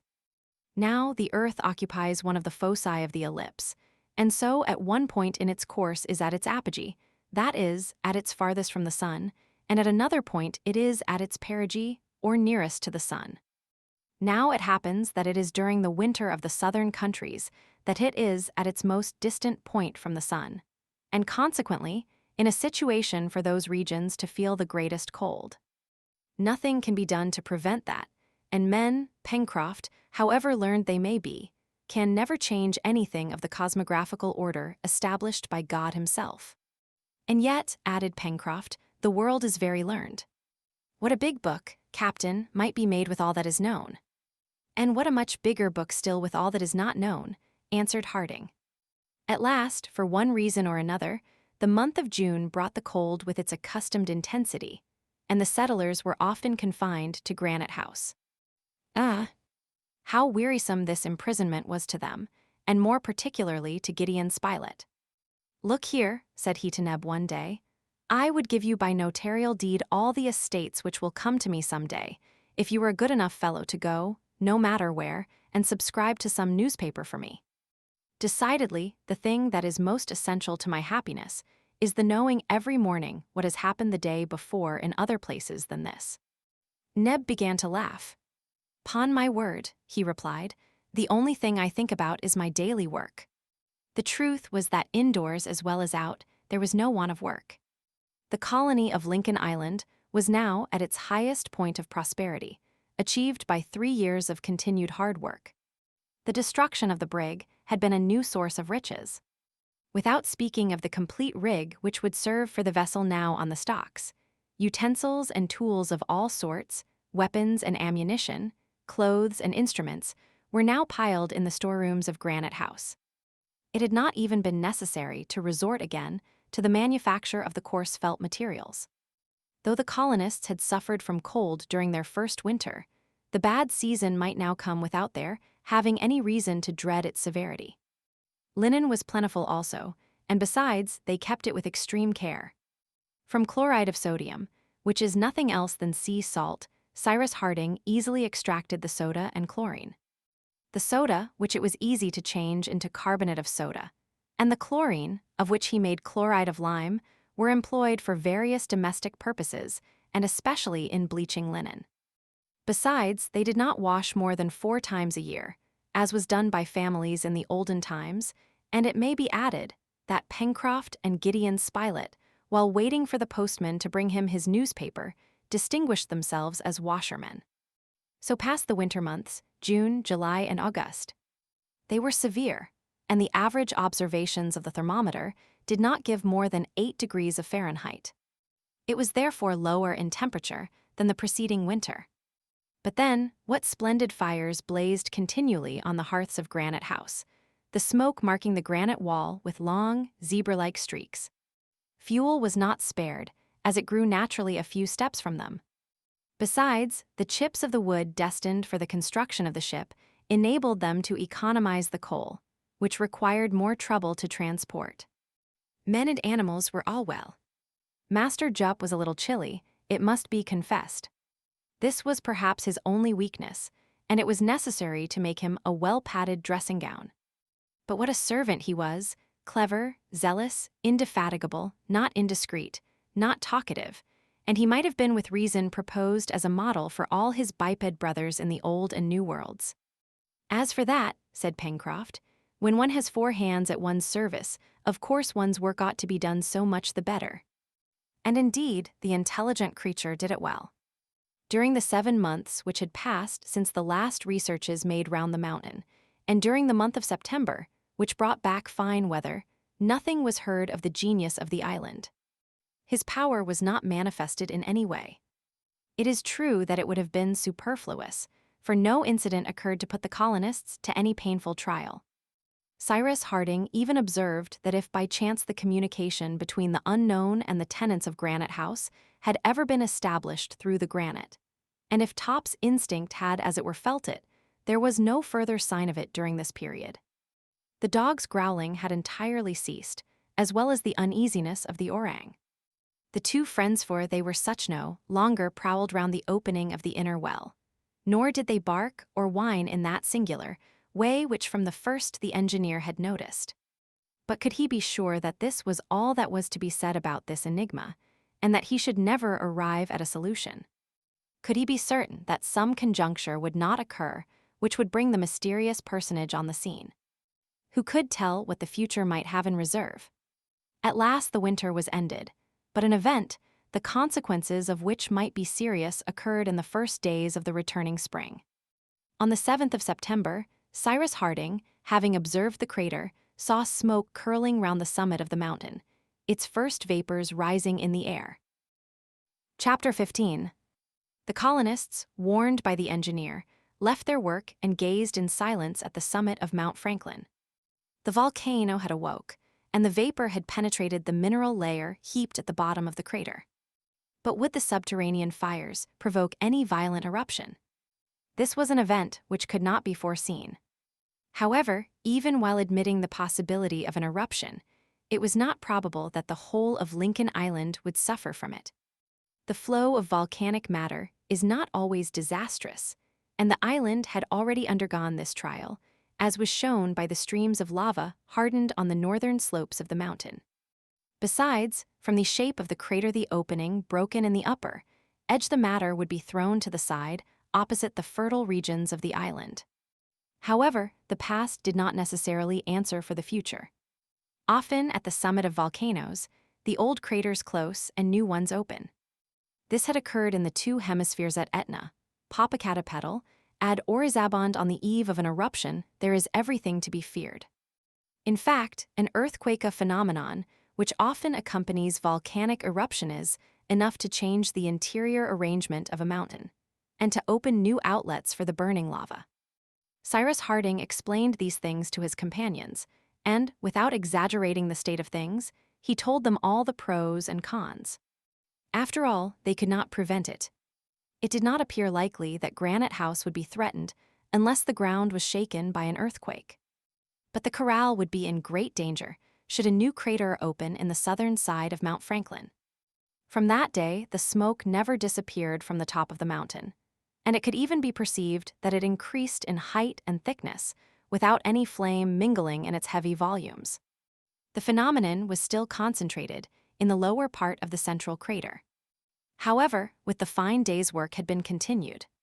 The building of the vessel was hastened as much as possible, and, by means of the waterfall on the shore, Cyrus Harding managed to establish an hydraulic sawmill, which rapidly cut up the trunks of trees into planks and joists.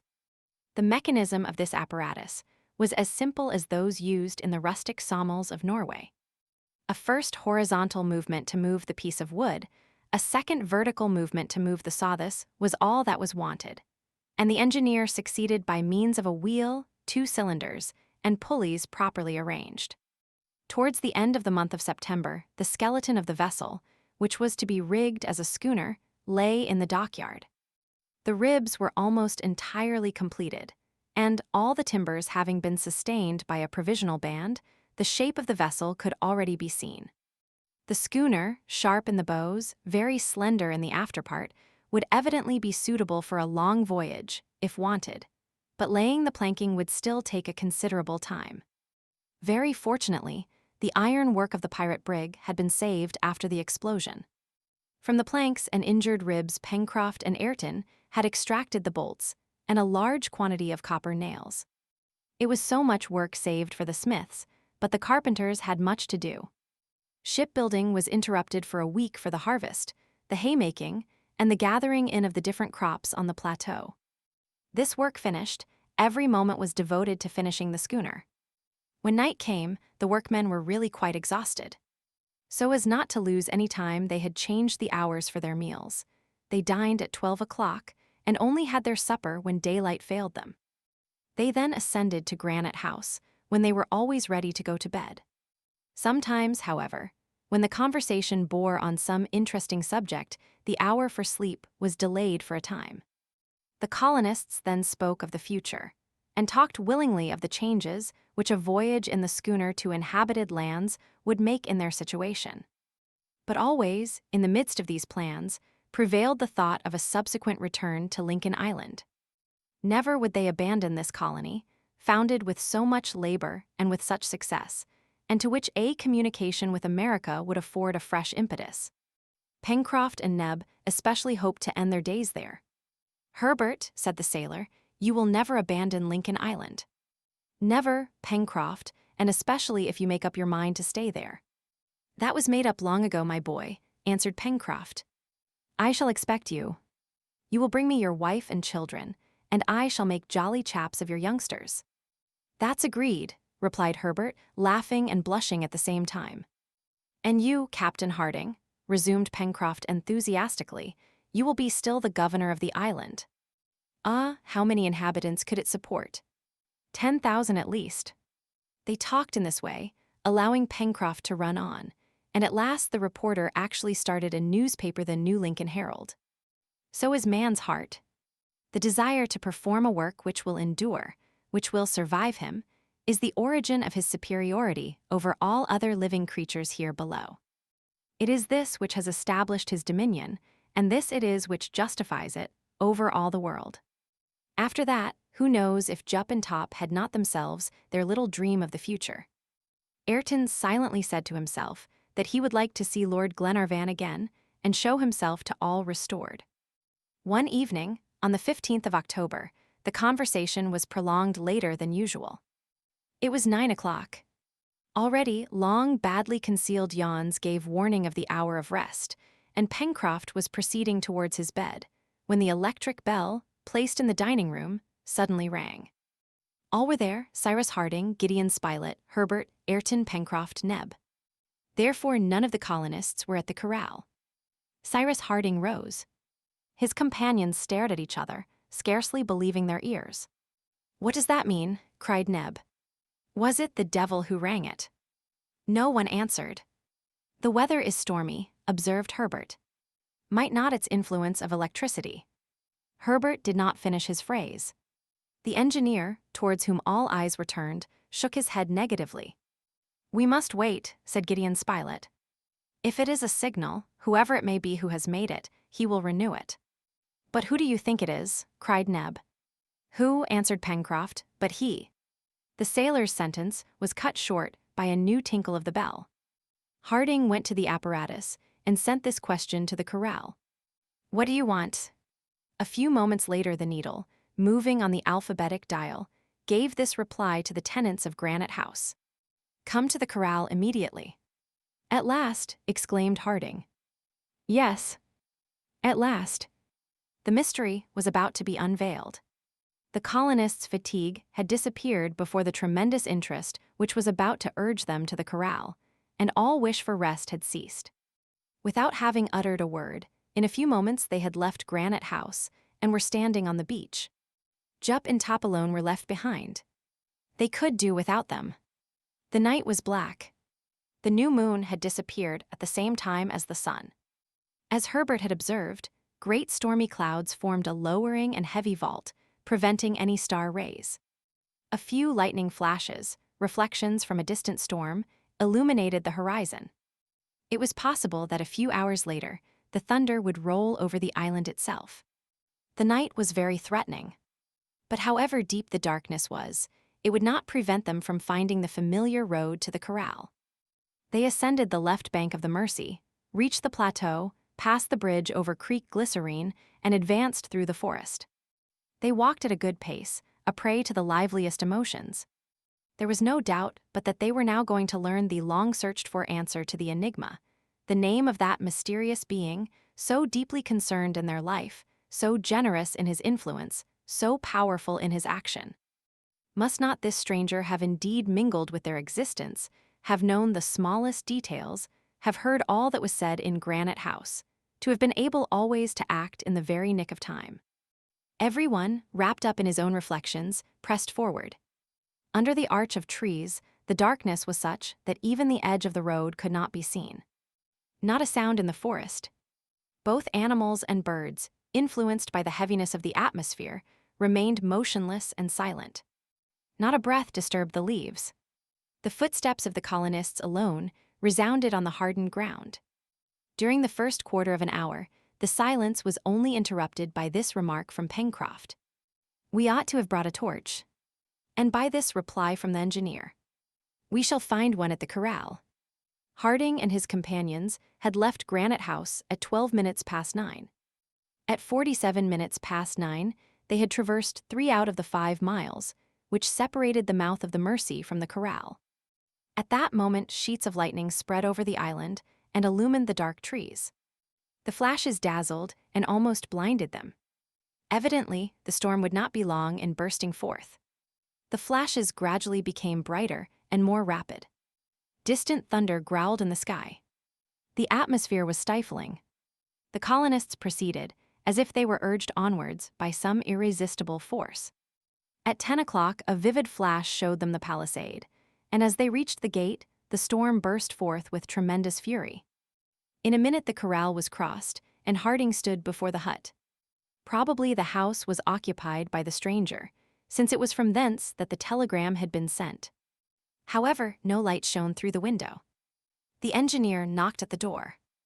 No answer. Cyrus Harding opened the door, and the settlers entered the room, which was perfectly dark.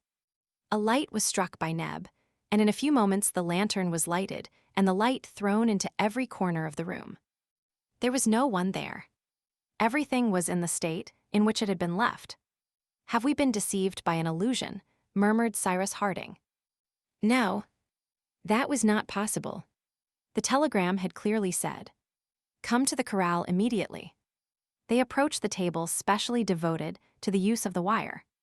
Everything was in order, the pile on the box containing it, as well as all the apparatus. "Who came here the last time?" asked the engineer. "I did, Captain," answered Ayrton.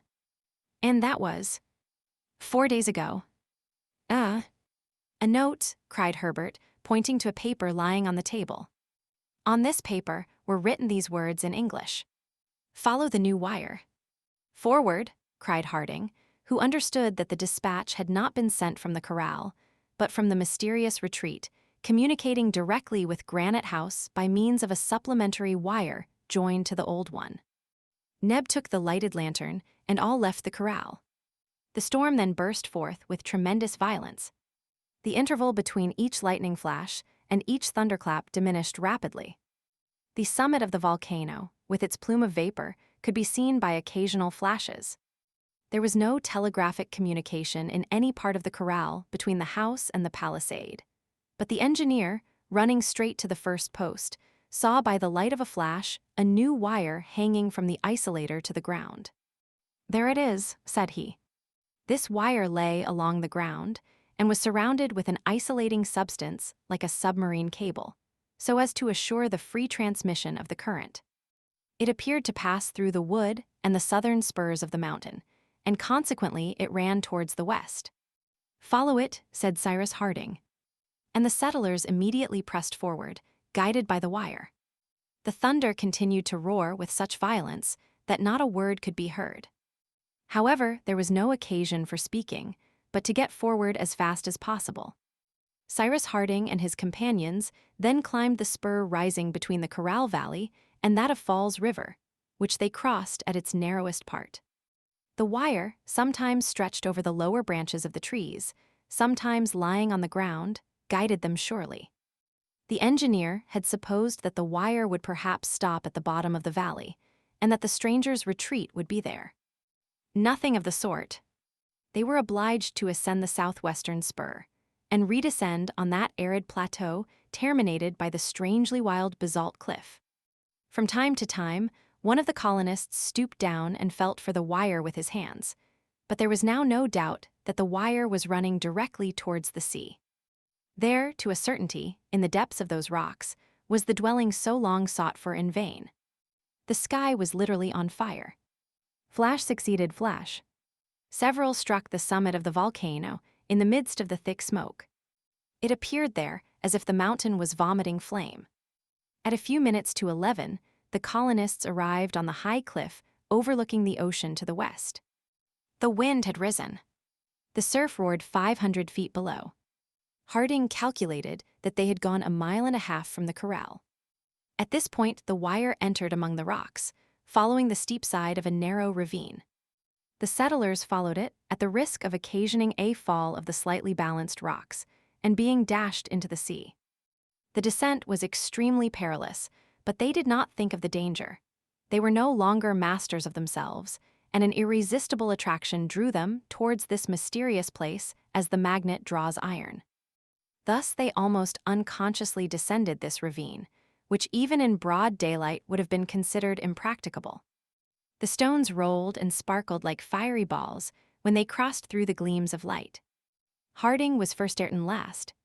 On they went, step by step. Now they slid over the slippery rock, then they struggled to their feet and scrambled on. At last the wire touched the rocks on the beach. The colonists had reached the bottom of the basalt cliff. There appeared a narrow ridge, running horizontally and parallel with the sea. The settlers followed the wire along it. They had not gone 100 paces when the ridge, by a moderate incline, sloped down to the level of the sea. The engineer seized the wire and found that it disappeared beneath the waves. His companions were stupefied. A cry of disappointment, almost a cry of despair, escaped them. Must they then plunge beneath the water and seek there for some submarine cavern? In their excited state, they would not have hesitated to do it. The engineer stopped them. He led his companions to a hollow in the rocks, and there. "We must wait," said he. "The tide is high. At low water, the way will be open." "But what can make you think?" asked Pencroft. "He would not have called us if the means had been wanting to enable us to reach him." Cyrus Harding spoke in a tone of such thorough conviction that no objection was raised. His remark, besides, was logical. It was quite possible that an opening, practicable at low water, though hidden now by the high tide, opened at the foot of the cliff. There was some time to wait. The colonists remained silently crouching in a deep hollow. Rain now began to fall in torrents. The thunder was re-echoed among the rocks with a grand sonorousness. The colonists' emotion was great. 1,000 strange and extraordinary ideas crossed their brains, and they expected some grand and superhuman apparition, which alone could come up to the notion they had formed of the mysterious genius of the island. At midnight, Harding, carrying the lantern, descended to the beach to reconnoiter. The engineer was not mistaken. The beginning of an immense excavation could be seen under the water. There the wire, bending at a right angle, entered the yawning gulf. Cyrus Harding returned to his companions and said simply, "In an hour the opening will be practicable." "It is there then," said Pencroft. "Did you doubt it?" returned Harding. "But this cavern must be filled with water to a certain height," observed Herbert. "Either the cavern will be completely dry," replied Harding, "and in that case we can traverse it on foot, or it will not be dry, and some means of transport will be put at our disposal." An hour passed. All climbed down through the rain to the level of the sea. There was now 8 feet of the opening above the water. It was like the arch of a bridge, under which rushed the foaming water. Leaning forward, the engineer saw a black object floating on the water. He drew it towards him. It was a boat, moored to some interior projection of the cave. This boat was iron-plated. 2 oars lay at the bottom. "Jump in," said Harding. In a moment, the settlers were in the boat. Neb and Ayrton took the oars, Pencroft the rudder. Cyrus Harding and the bows, with the lantern, lighted the way. The elliptical roof, under which the boat at first passed, suddenly rose, but the darkness was too deep and the light of the lantern too slight for either the extent, length, height, or depth of the cave to be ascertained. Solemn silence reigned in this basaltic cavern. Not a sound could penetrate into it, even the thunder peals could not pierce its thick sides. Such immense caves exist in various parts of the world, natural crypts dating from the geological epoch of the globe. Some are filled by the sea, others contain entire lakes in their sides. Such is Fingal's Cave, in the island of Staffa, one of the Hebrides. Such are the caves of Morget, in the Bay of Douarnenez in Brittany, the caves of Bonifacio in Corsica, those of Lysfjord in Norway. Such are the immense Mammoth Caverns in Kentucky, 500 feet in height and more than 20 miles in length. In many parts of the globe, nature has excavated these caverns and preserved them for the admiration of man. Did the cavern which the settlers were now exploring extend to the center of the island? For a quarter of an hour the boat had been advancing, making detours indicated to Pencroft by the engineer in short sentences, when all at once, "More to the right," he commanded. The boat, altering its course, came up alongside the right wall. The engineer wished to see if the wire still ran along the side. The wire was there fastened to the rock. "Forward," said Harding. And the two oars, plunging into the dark waters, urged the boat onwards. On they went for another quarter of an hour, and a distance of half a mile must have been cleared from the mouth of the cave, when Harding's voice was again heard. "Stop," said he. The boat stopped, and the colonists perceived a bright light illuminating the vast cavern, so deeply excavated in the bowels of the island, of which nothing had ever led them to suspect the existence. At a height of 100 feet rose the vaulted roof, supported on basalt shafts. Irregular arches, strange moldings, appeared on the columns erected by nature in thousands from the first epochs of the formation of the globe. The basalt pillars, fitted one into the other, measured from 40 to 50 feet in height, and the water, calm in spite of the tumult outside, washed their base. The brilliant focus of light, pointed out by the engineer, touched every point of rocks and flooded the walls with light. By reflection, the water reproduced the brilliant sparkles, so that the boat appeared to be floating between two glittering zones. They could not be mistaken in the nature of the irradiation thrown from the glowing nucleus, whose clear rays were shattered by all the angles, all the projections of the cavern. This light proceeded from an electric source, and its white color betrayed its origin. It was the sun of this cave, and it filled it entirely. At a sign from Cyrus Harding, the oars again plunged into the water, causing a regular shower of gems, and the boat was urged forward towards the light, which was now not more than half a cable's length distant. At this place, the breadth of the sheet of water measured nearly 350 feet, and beyond the dazzling center could be seen an enormous basaltic wall, blocking up any issue on that side. The cavern widened here considerably, the sea forming a little lake. But the roof, the side walls, the end cliff, all the prisms, all the peaks were flooded with their electric fluid, so that the brilliancy belonged to them, and as if the light issued from them. In the center of the lake, a long cigar-shaped object floated on the surface of the water, silent, motionless. The brilliancy which issued from it escaped from its sides, as from two kilns heated to a white heat. This apparatus, similar in shape to an enormous whale, was about 250 feet long, and rose about 10 or 12 above the water. The boat slowly approached it. Cyrus Harding stood up in the bows.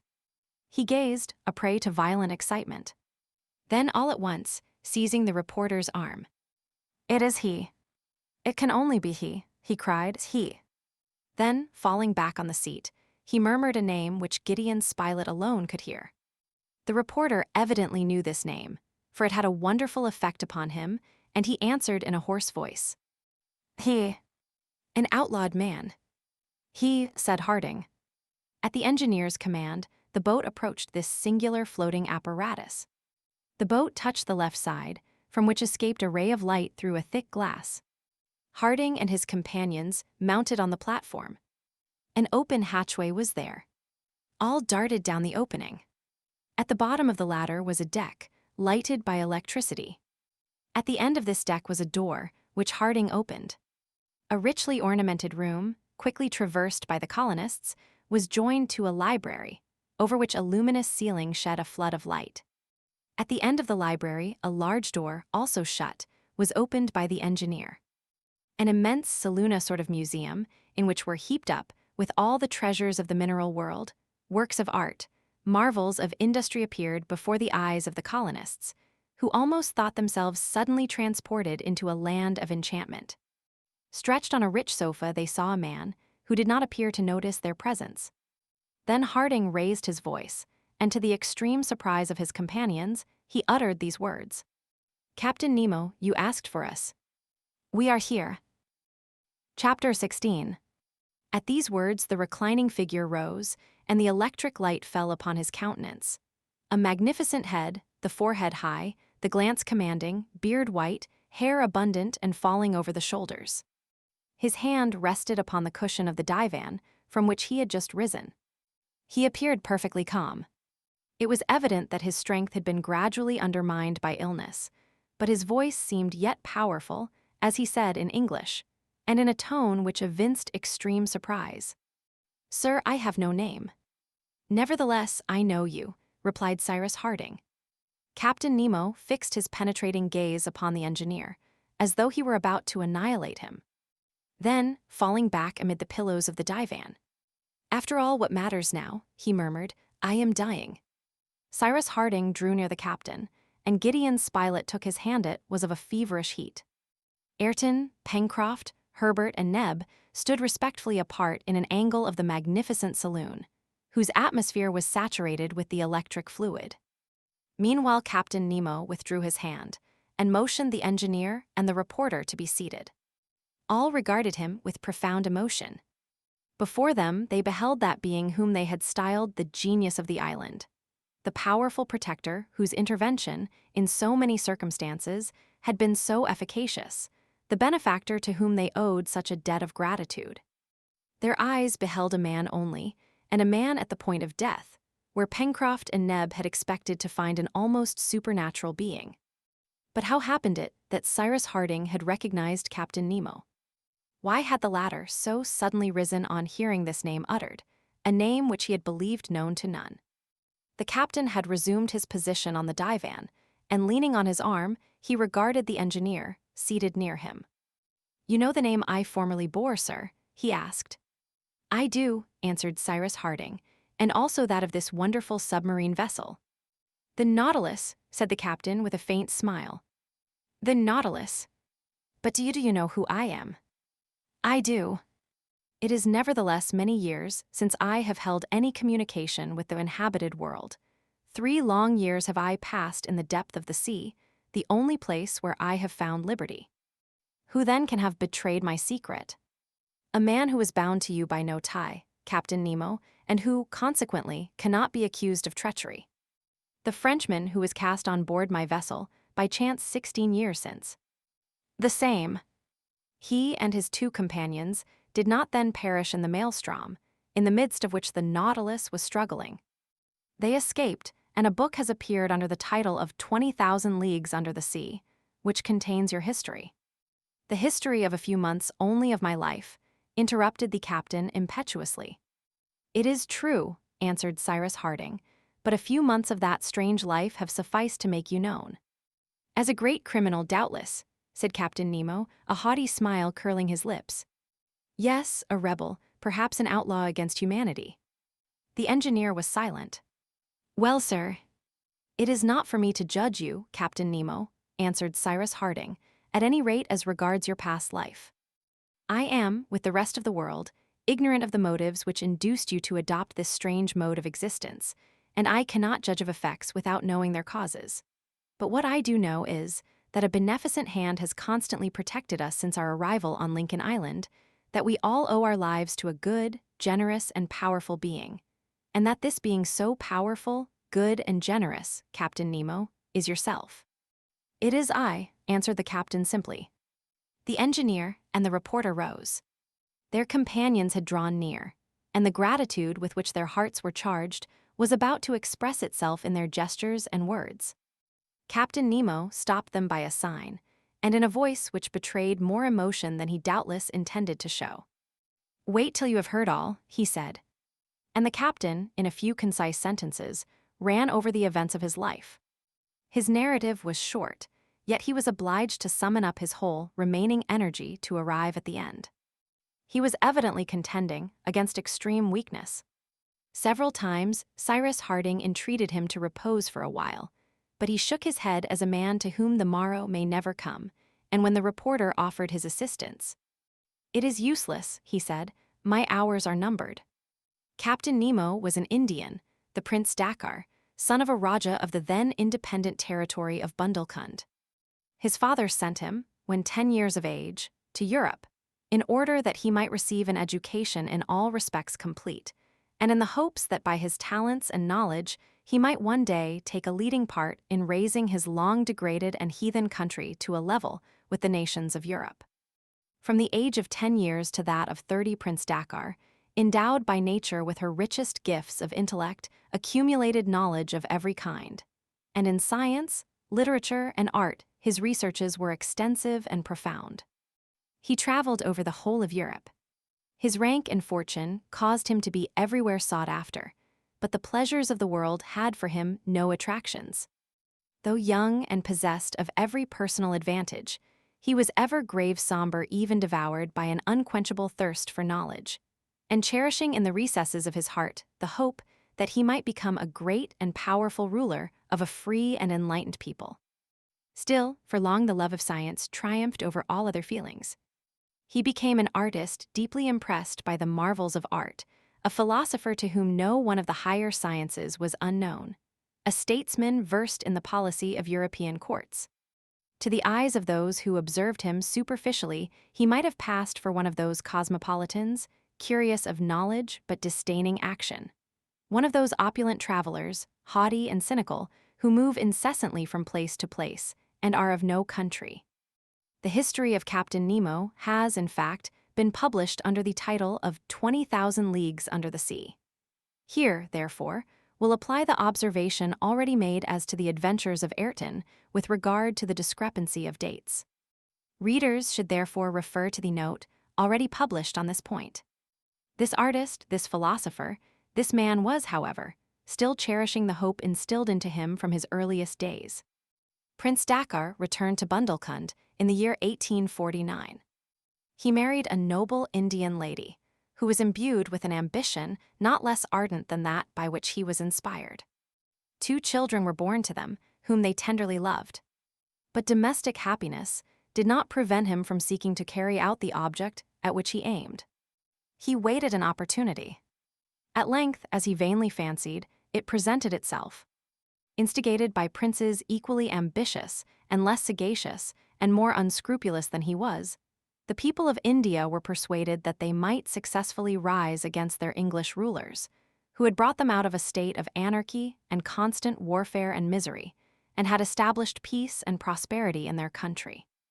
Their ignorance and gross superstition made them the facile tools of their designing chiefs. In 1857, the great Sepoy revolt broke out. Prince Dakkar, under the belief that he should thereby have the opportunity of attaining the object of his long-cherished ambition, was easily drawn into it. He forthwith devoted his talents and wealth to the service of this cause. He aided it in person, he fought in the front ranks. He risked his life equally with the humblest of the wretched and misguided fanatics. He was 10 times wounded in 20 engagements, seeking death but finding it not. But at length the sanguinary rebels were utterly defeated, and the atrocious mutiny was brought to an end. Never before had the British power in India been exposed to such danger. And if, as they had hoped, the Sepoys had received assistance from without, the influence and supremacy in Asia of the United Kingdom would have been a thing of the past. The name of Prince Dakkar was at that time well known. He had fought openly and without concealment. A price was set upon his head, but he managed to escape from his pursuers. Civilization never recedes, the law of necessity ever forces it onwards. The Sepoys were vanquished, and the land of the Rajas of old fell again under the rule of England. Prince Dakkar, unable to find that death he courted, returned to the mountain fastnesses of Bundelkund. There, alone in the world, overcome by disappointment at the destruction of all his vain hopes. A prey to profound disgust for all human beings, filled with hatred of the civilized world, he realized the wreck of his fortune, assembled some score of his most faithful companions, and one day disappeared, leaving no trace behind. Where, then, did he seek that liberty denied him upon the inhabited earth? Under the waves, in the depths of the ocean, where none could follow. The warrior became the man of science. Upon a deserted island of the Pacific, he established his dockyard, and there a submarine vessel was constructed from his designs. By methods which will at some future day be revealed, he had rendered subservient the illimitable forces of electricity, which, extracted from inexhaustible sources, was employed for all the requirements of his floating equipage, as a moving, lighting, and heating agent. The sea, with its countless treasures, its myriads of fish, its numberless wrecks, its enormous mammalia, and not only all that nature supplied, but also all that man had lost in its depths, sufficed for every want of the prince and his crew, and thus was his most ardent desire accomplished, never again to hold communication with the earth. He named his submarine vessel the Nautilus, called himself simply Captain Nemo, and disappeared beneath the seas. During many years, this strange being visited every ocean, from pole to pole. Outcast of the inhabited earth in these unknown worlds, he gathered incalculable treasures. The millions lost in the Bay of Vigo in 1702 by the galleons of Spain furnished him with a mine of inexhaustible riches which he devoted always, anonymously, in favor of those nations who fought for the independence of their country. This refers to the resurrection of the Candiotes, who were, in fact, largely assisted by Captain Nemo.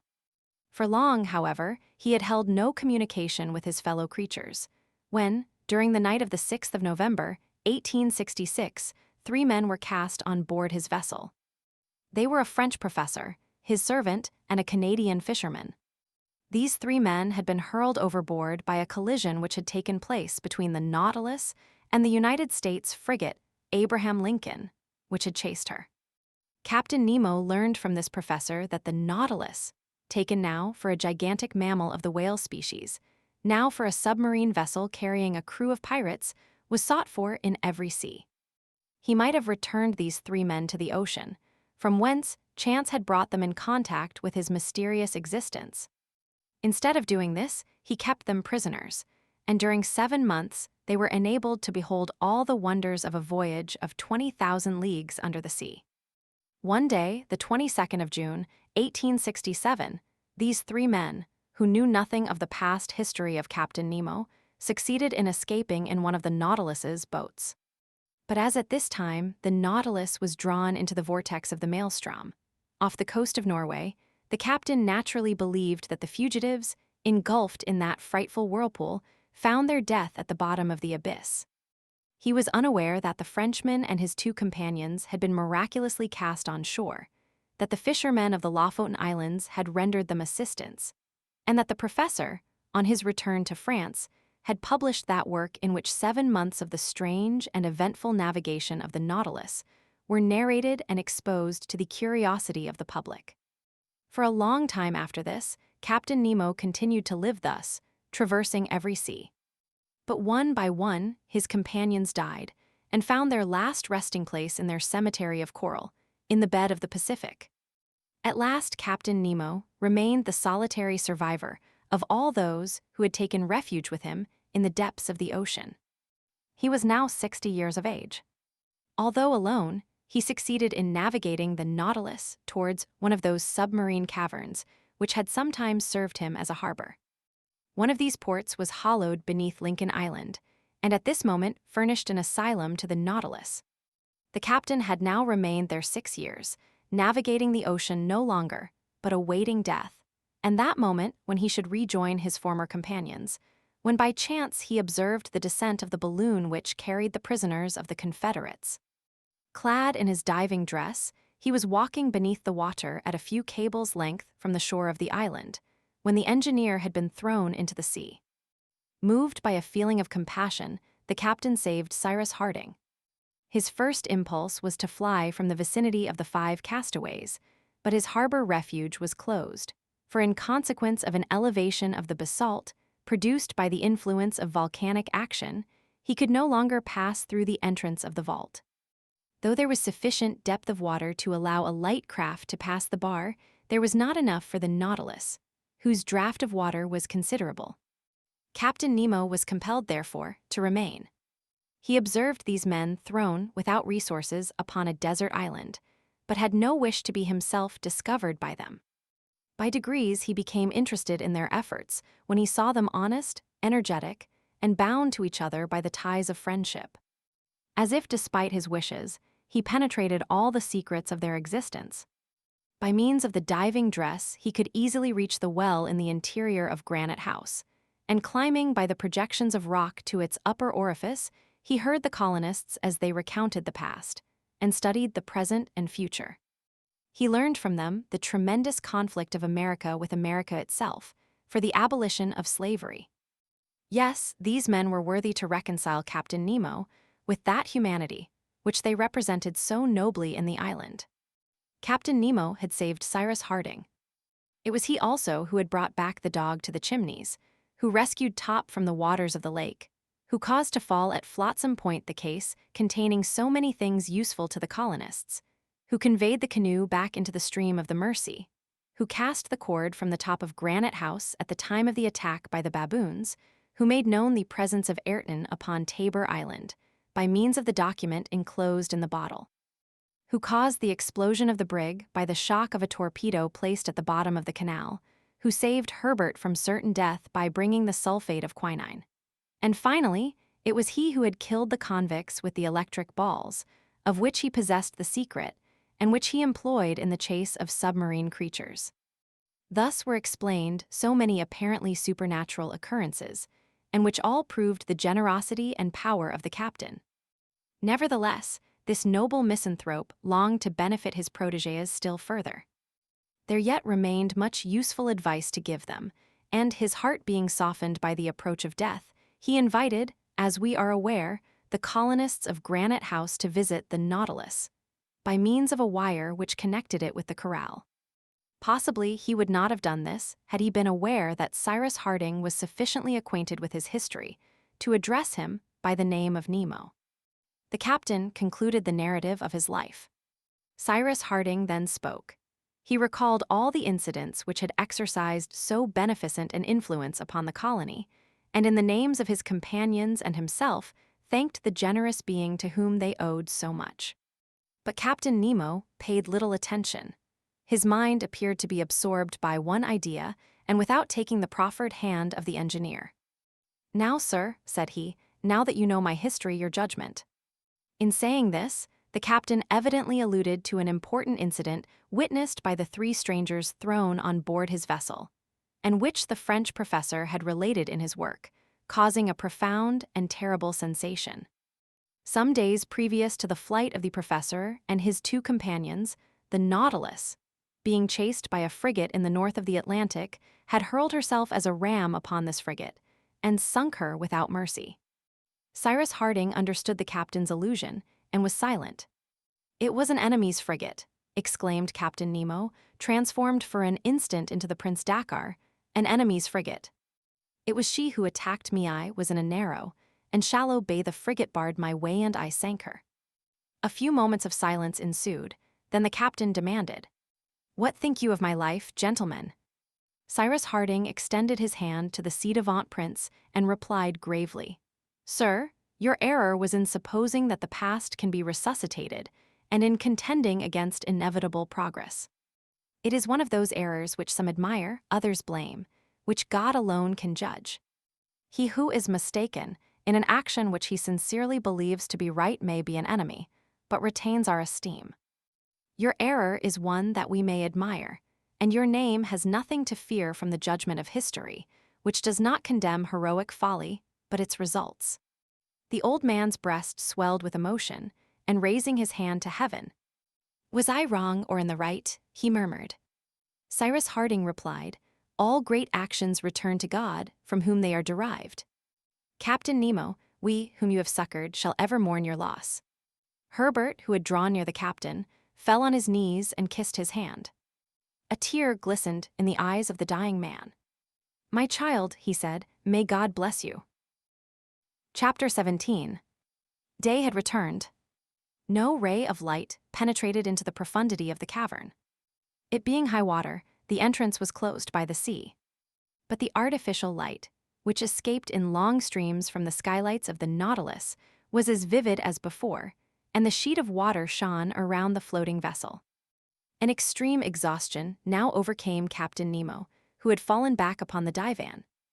It was useless to contemplate removing him to Granite House, for he had expressed his wish to remain in the midst of those marvels of the Nautilus, which millions could not have purchased, and to wait there for that death which was swiftly approaching.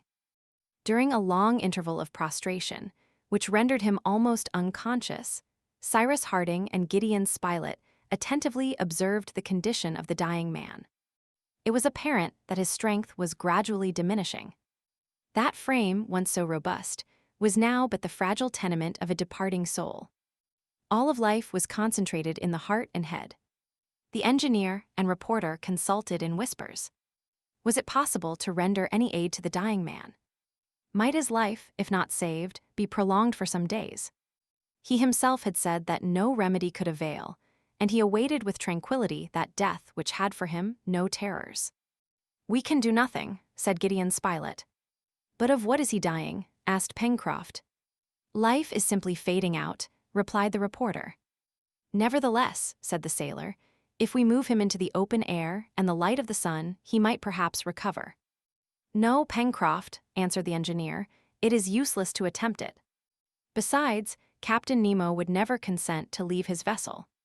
He has lived for a dozen years on board the Nautilus, and on board the Nautilus he desires to die." Without doubt Captain Nemo heard Cyrus Harding's reply, for he raised himself slightly and in a voice more feeble but always intelligible. "You are right, sir," he said. "I shall die here, it is my wish, and therefore I have a request to make of you."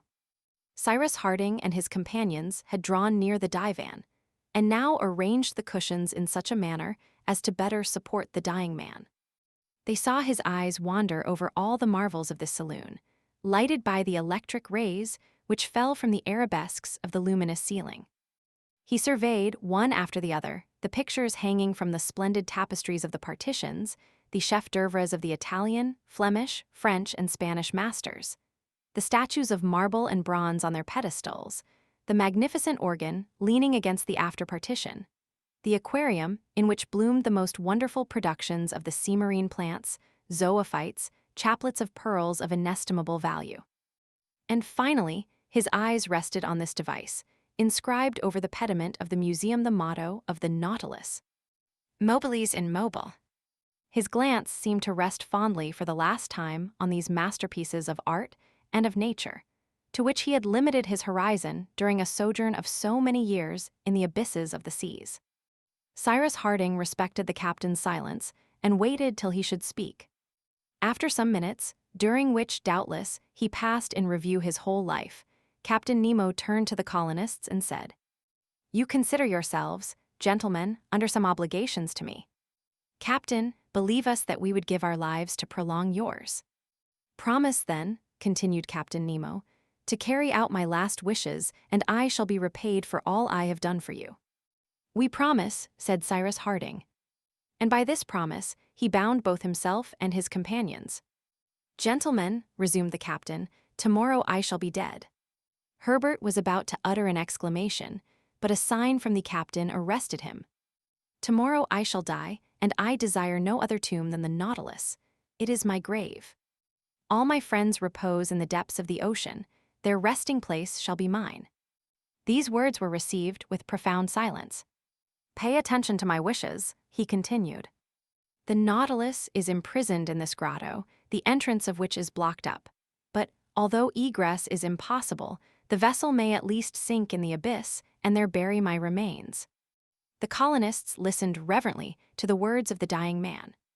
"Tomorrow, after my death, Mr. Harding," continued the captain, "yourself and companions will leave the Nautilus, for all the treasures it contains must perish with me.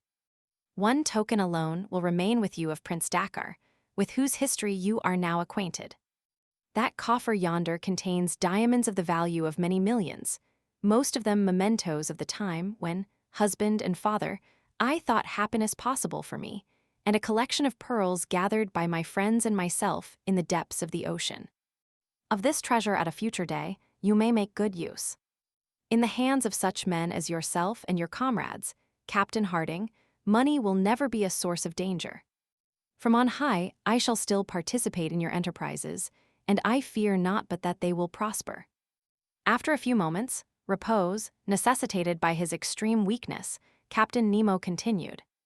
Tomorrow you will take the coffer, you will leave the saloon, of which you will close the door. Then you will ascend on to the deck of the Nautilus, and you will lower the main hatch so as entirely to close the vessel. It shall be done, Captain, answered Cyrus Harding. Good. You will then embark in the canoe which brought you hither. But before leaving the Nautilus, go to the stern and there open 2 large stopcocks which you will find upon the waterline. The water will penetrate into the reservoirs, and the Nautilus will gradually sink beneath the water to repose at the bottom of the abyss.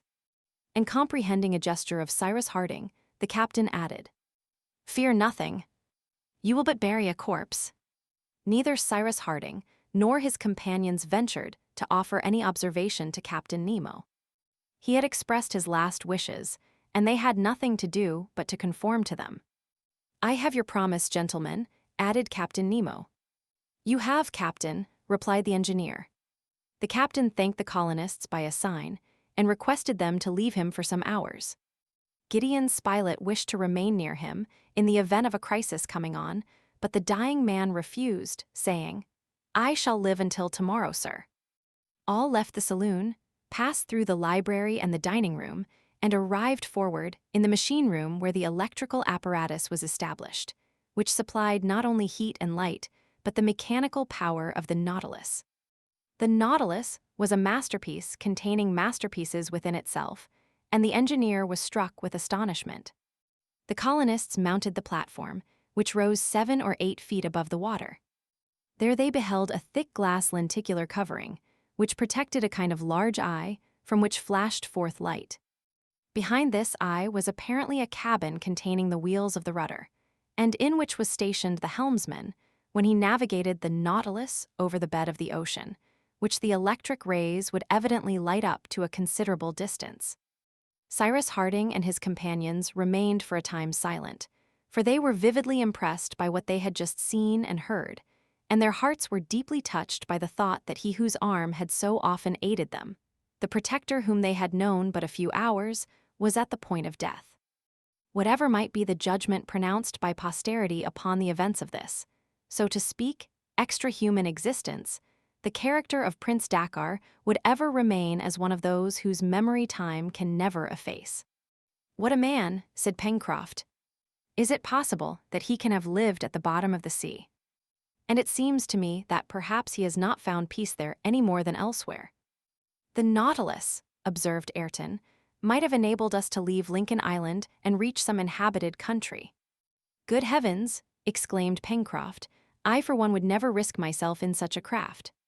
To sail on the seas, good, but under the seas, never. I believe, Pencroft, answered the reporter, that the navigation of a submarine vessel such as the Nautilus ought to be very easy, and that we should soon become accustomed to it. There would be no storms, no lee shore to fear. At some feet beneath the surface, the waters of the ocean are as calm as those of a lake. That may be, replied the sailor, but I prefer a gale of wind on board a well-found craft. A vessel is built to sail on the sea, and not beneath it. My friends, said the engineer, it is useless, at any rate as regards the Nautilus, to discuss the question of submarine vessels. The Nautilus is not ours, and we have not the right to dispose of it. Moreover, we could in no case avail ourselves of it. Independently of the fact that it would be impossible to get it out of this cavern, whose entrance is now closed by the uprising of the basaltic rocks, Captain Nemo's wish is that it shall be buried with him. His wish is our law, and we will fulfill it. After a somewhat prolonged conversation, Cyrus Harding and his companions again descended to the interior of the Nautilus. There they took some refreshment and returned to the saloon. Captain Nemo had somewhat rallied from the prostration which had overcome him, and his eyes shone with their wonted fire. A faint smile even curled his lips. The colonists drew around him. "Gentlemen," said the captain, "you are brave and honest men. You have devoted yourselves to the common weal. Often have I observed your conduct. I have esteemed you, I esteem you still. Your hand, Mr. Harding." Cyrus Harding gave his hand to the captain, who clasped it affectionately. "It is well," he murmured. He resumed, "But enough of myself. I have to speak concerning yourselves and this Lincoln Island, upon which you have taken refuge. You now desire to leave it." "To return, Captain," answered Pencroft quickly. "To return, Pencroft," said the captain with a smile. "I know, it is true, your love for this island. You have helped to make it what it now is, and it seems to you a paradise." "Our project, Captain," interposed Cyrus Harding, "is to annex it to the United States, and to establish for our shipping a port so fortunately situated in this part of the Pacific." "Your thoughts are with your country, gentlemen," continued the captain. "Your toils are for her prosperity and glory." "You are right. One's native land, there should one live. There die. And I die far from all I loved." "You have some last wish to transmit," said the engineer with emotion, "some souvenir to send to those friends you have left in the mountains of India." "No, Captain Harding, no friends remain to me. I am the last of my race, and to all whom I have known I have long been as are the dead, but to return to yourselves. Solitude, isolation, are painful things, and beyond human endurance. I die of having thought it possible to live alone. You should, therefore, dare all in the attempt to leave Lincoln Island, and see once more the land of your birth. I am aware that those wretches have destroyed the vessel you have built. We propose to construct a vessel," said Gideon Spilett, "sufficiently large to convey us to the nearest land. But if we should succeed, sooner or later, we shall return to Lincoln Island. We are attached to it by too many recollections ever to forget it." "It is here that we have known Captain Nemo," said Cyrus Harding. "It is here only that we can make our home," added Herbert. "And here shall I sleep the sleep of eternity, if," replied the captain. He paused for a moment, and instead of completing the sentence, said simply, "Mr. Harding, I wish to speak with you alone." The engineer's companions, respecting the wish, retired. Cyrus Harding remained but a few minutes alone with Captain Nemo, and soon recalled his companions. But he said nothing to them of the private matters which the dying man had confided to him. Gideon Spilett now watched the captain with extreme care.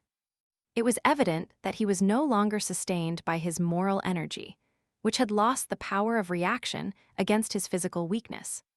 The day closed without change. The colonists did not quit the Nautilus for a moment. Night arrived, although it was impossible to distinguish it from day in the cavern. Captain Nemo suffered no pain, but he was visibly sinking. His noble features, paled by the approach of death, were perfectly calm. Inaudible words escaped at intervals from his lips, bearing upon various incidents of his checkered career. Life was evidently ebbing slowly, and his extremities were already cold. Once or twice more he spoke to the colonists who stood around him, and smiled on them with that last smile which continues after death.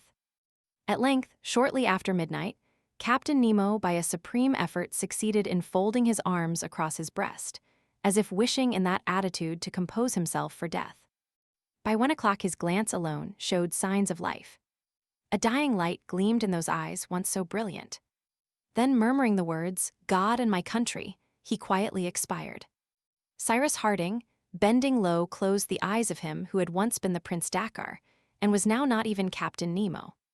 Herbert and Pencroft sobbed aloud. Tears fell from Ayrton's eyes.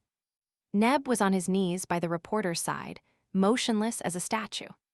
Then Cyrus Harding, extending his hand over the forehead of the dead, said solemnly, "May his soul be with God."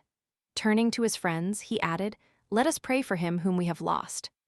Some hours later, the colonists fulfilled the promise made to the captain by carrying out his dying wishes. Cyrus Harding and his companions quitted the Nautilus, taking with them the only memento left them by their benefactor, the coffer which contained wealth amounting to millions.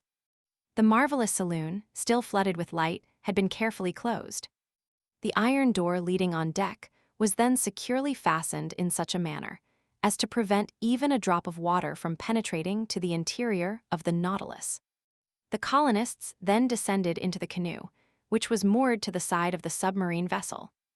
The canoe was now brought around to the stern. There, at the waterline, were two large stopcocks communicating with the reservoirs employed in the submersion of the vessel. The stopcocks were opened, the reservoirs filled, and the Nautilus, slowly sinking, disappeared beneath the surface of the lake. But the colonists were yet able to follow its descent through the waves. The powerful light it gave forth lighted up the translucent water, while the cavern became gradually obscure. At length this vast effusion of electric light faded away, and soon after the Nautilus, now the tomb of Captain Nemo, reposed in its ocean bed. Chapter 18. At break of day, the colonists regained in silence the entrance of the cavern, to which they gave the name of Dakkar Grotto, in memory of Captain Nemo. It was now low water, and they passed without difficulty under the arcade, washed on the right by the sea. The canoe was left here, carefully protected from the waves. As additional precaution, Pencroft, Neb, and Ayrton drew it up on a little beach which bordered one of the sides of the grotto, in a spot where it could run no risk of harm. The storm had ceased during the night. The last low mutterings of the thunder died away in the west. Rain fell no longer, but the sky was yet obscured by clouds. On the whole, this month of October, the first of the southern spring, was not ushered in by satisfactory tokens, and the wind had a tendency to shift from one point of the compass to another, which rendered it impossible to count upon settled weather. Cyrus Harding and his companions, on leaving Dakkar Grotto, had taken the road to the corral. On their way, Neb and Herbert were careful to preserve the wire which had been laid down by the captain between the corral and the grotto, and which might at a future time be of service. The colonists spoke but little on the road. The various incidents of the night of October 15th had left a profound impression on their minds. The unknown being whose influence had so effectually protected them, the man whom their imagination had endowed with supernatural powers, Captain Nemo, was no more. His Nautilus and he were buried in the depths of the abyss. To each one of them, their existence seemed even more isolated than before. They had been accustomed to count upon the intervention of that power which existed no longer, and Gideon Spilett and even Cyrus Harding could not escape this impression. Thus they maintained a profound silence during their journey to the corral. Towards 9 in the morning, the colonists arrived at Granite House. It had been agreed that the construction of the vessel should be actively pushed forward, and Cyrus Harding more than ever devoted his time and labor to this object. It was impossible to divine what future lay before them. Evidently, the advantage to the colonists would be great of having at their disposal a substantial vessel, capable of keeping the sea even in heavy weather, and large enough to attempt, in case of need, a voyage of some duration. Even if, when their vessel should be completed, the colonists should not resolve to leave Lincoln Island as yet, in order to gain either one of the Polynesian archipelagos of the Pacific or the shores of New Zealand, they might at least, sooner or later, proceed to Tabor Island, to leave there the notice relating to Ayrton. This was a precaution rendered indispensable by the possibility of the Scotch yacht reappearing in those seas, and it was of the highest importance that nothing should be neglected on this point. The works were then resumed. Cyrus Harding, Pencroft, and Ayrton, assisted by Neb, Gideon Spilett, and Herbert, except when unavoidably called off by other necessary occupations, worked without cessation. It was important that the new vessel should be ready in 5 months, that is to say. By the beginning of March, if they wished to visit Tabor Island before the equinoctial gales rendered the voyage impracticable. Therefore the carpenters lost not a moment. Moreover, it was unnecessary to manufacture rigging, that of the Speedy having been saved entire, so that the hull only of the vessel needed to be constructed. The end of the year 1868 found them occupied by these important labors, to the exclusion of almost all others. At the expiration of 2 months and a half, the ribs had been set up and the first planks adjusted. It was already evident that the plans made by Cyrus Harding were admirable, and that the vessel would behave well at sea. Pencroft brought to the task a devouring energy, and would even grumble when one or the other abandoned the carpenter's axe for the gun of the hunter. It was nevertheless necessary to keep up the stores of Granite House, in view of the approaching winter. But this did not satisfy Pencroft. The brave, honest sailor was not content when the workmen were not at the dockyard. When this happened, he grumbled vigorously, and, by way of venting his feelings, did the work of 6 men. The weather was very unfavorable during the whole of the summer season. For some days the heat was overpowering, and the atmosphere, saturated with electricity, was only cleared by violent storms.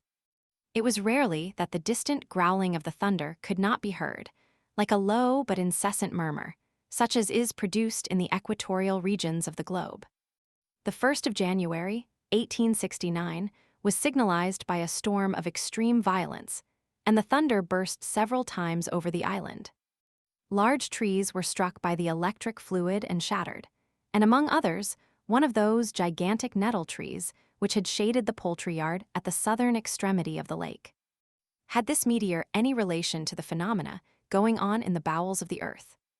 Was there any connection between the commotion of the atmosphere and that of the interior of the earth?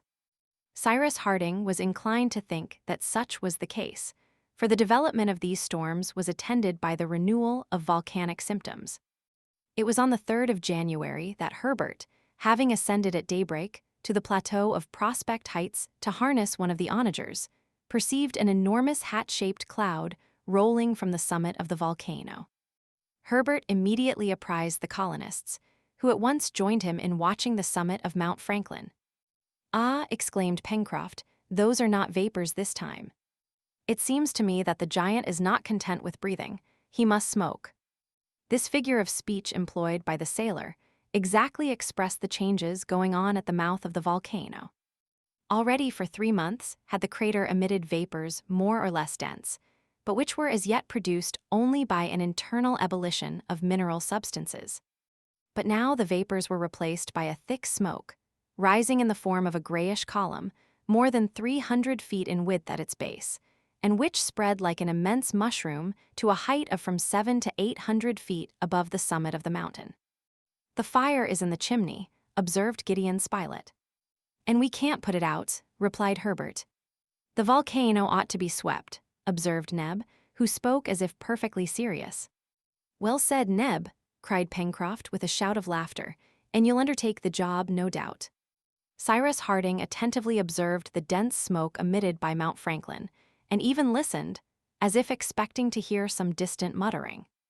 Then, turning towards his companions, from whom he had gone somewhat apart, he said, "The truth is, my friends, we must not conceal from ourselves that an important change is going forward. The volcanic substances are no longer in a state of ebullition, they have caught fire, and we are undoubtedly menaced by an approaching eruption." "Well, Captain," said Pencroft, "we shall witness the eruption, and if it is a good one, we'll applaud it. I don't see that we need concern ourselves further about the matter." "It may be so," replied Cyrus Harding, "for the ancient track of the lava is still open, and thanks to this, the crater has hitherto overflowed towards the north. And yet, as we can derive no advantage from an eruption, it might be better it should not take place," said the reporter. "Who knows?" answered the sailor. "Perhaps there may be some valuable substance in this volcano, which it will spout forth, and which we may turn to good account." Cyrus Harding shook his head with the air of a man who augured no good from the phenomenon whose development had been so sudden. He did not regard so lightly as Pencroft the results of an eruption. If the lava, in consequence of the position of the crater, did not directly menace the wooded and cultivated parts of the island, other complications might present themselves.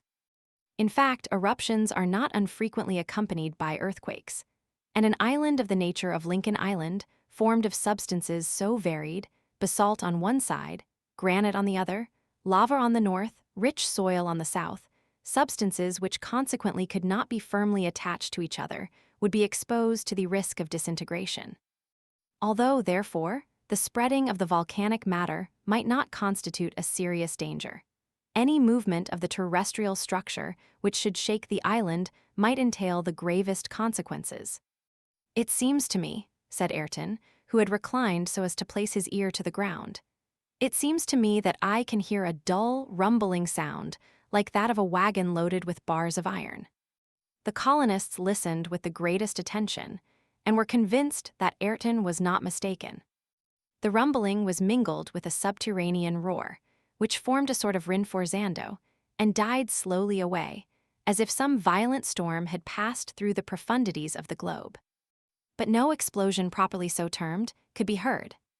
It might therefore be concluded that the vapors and smoke found a free passage through the central shaft, and that the safety valve being sufficiently large, no convulsion would be produced, no explosion was to be apprehended. "Well then," said Pencroft, "are we not going back to work? Let Mount Franklin smoke, groan, bellow, or spout forth fire, and flame as much as it pleases. That is no reason why we should be idle. Come, Ayrton, Neb, Herbert, Captain Harding, Mr. Spilett, every one of us must turn to at our work today. We are going to place the kelson, and a dozen pair of hands would not be too many. Before 2 months I want our new Bonadventure, for we shall keep the old name, shall we not, to float on the waters of Port Balloon. Therefore there is not an hour to lose." All the colonists, their services thus requisitioned by Pencroft, descended to the dockyard, and proceeded to place the kelson, a thick mass of wood which forms the lower portion of a ship and unites firmly the timbers of the hull. It was an arduous undertaking, in which all took part. They continued their labors during the whole of this day, the 3rd of January, without thinking further of the volcano, which could not, besides, be seen from the shore of Granite House. But once or twice, large shadows, veiling the sun, which described its diurnal arc through an extremely clear sky, indicated that a thick cloud of smoke passed between its disk and the island. The wind, blowing on the shore, carried all these vapors to the westward.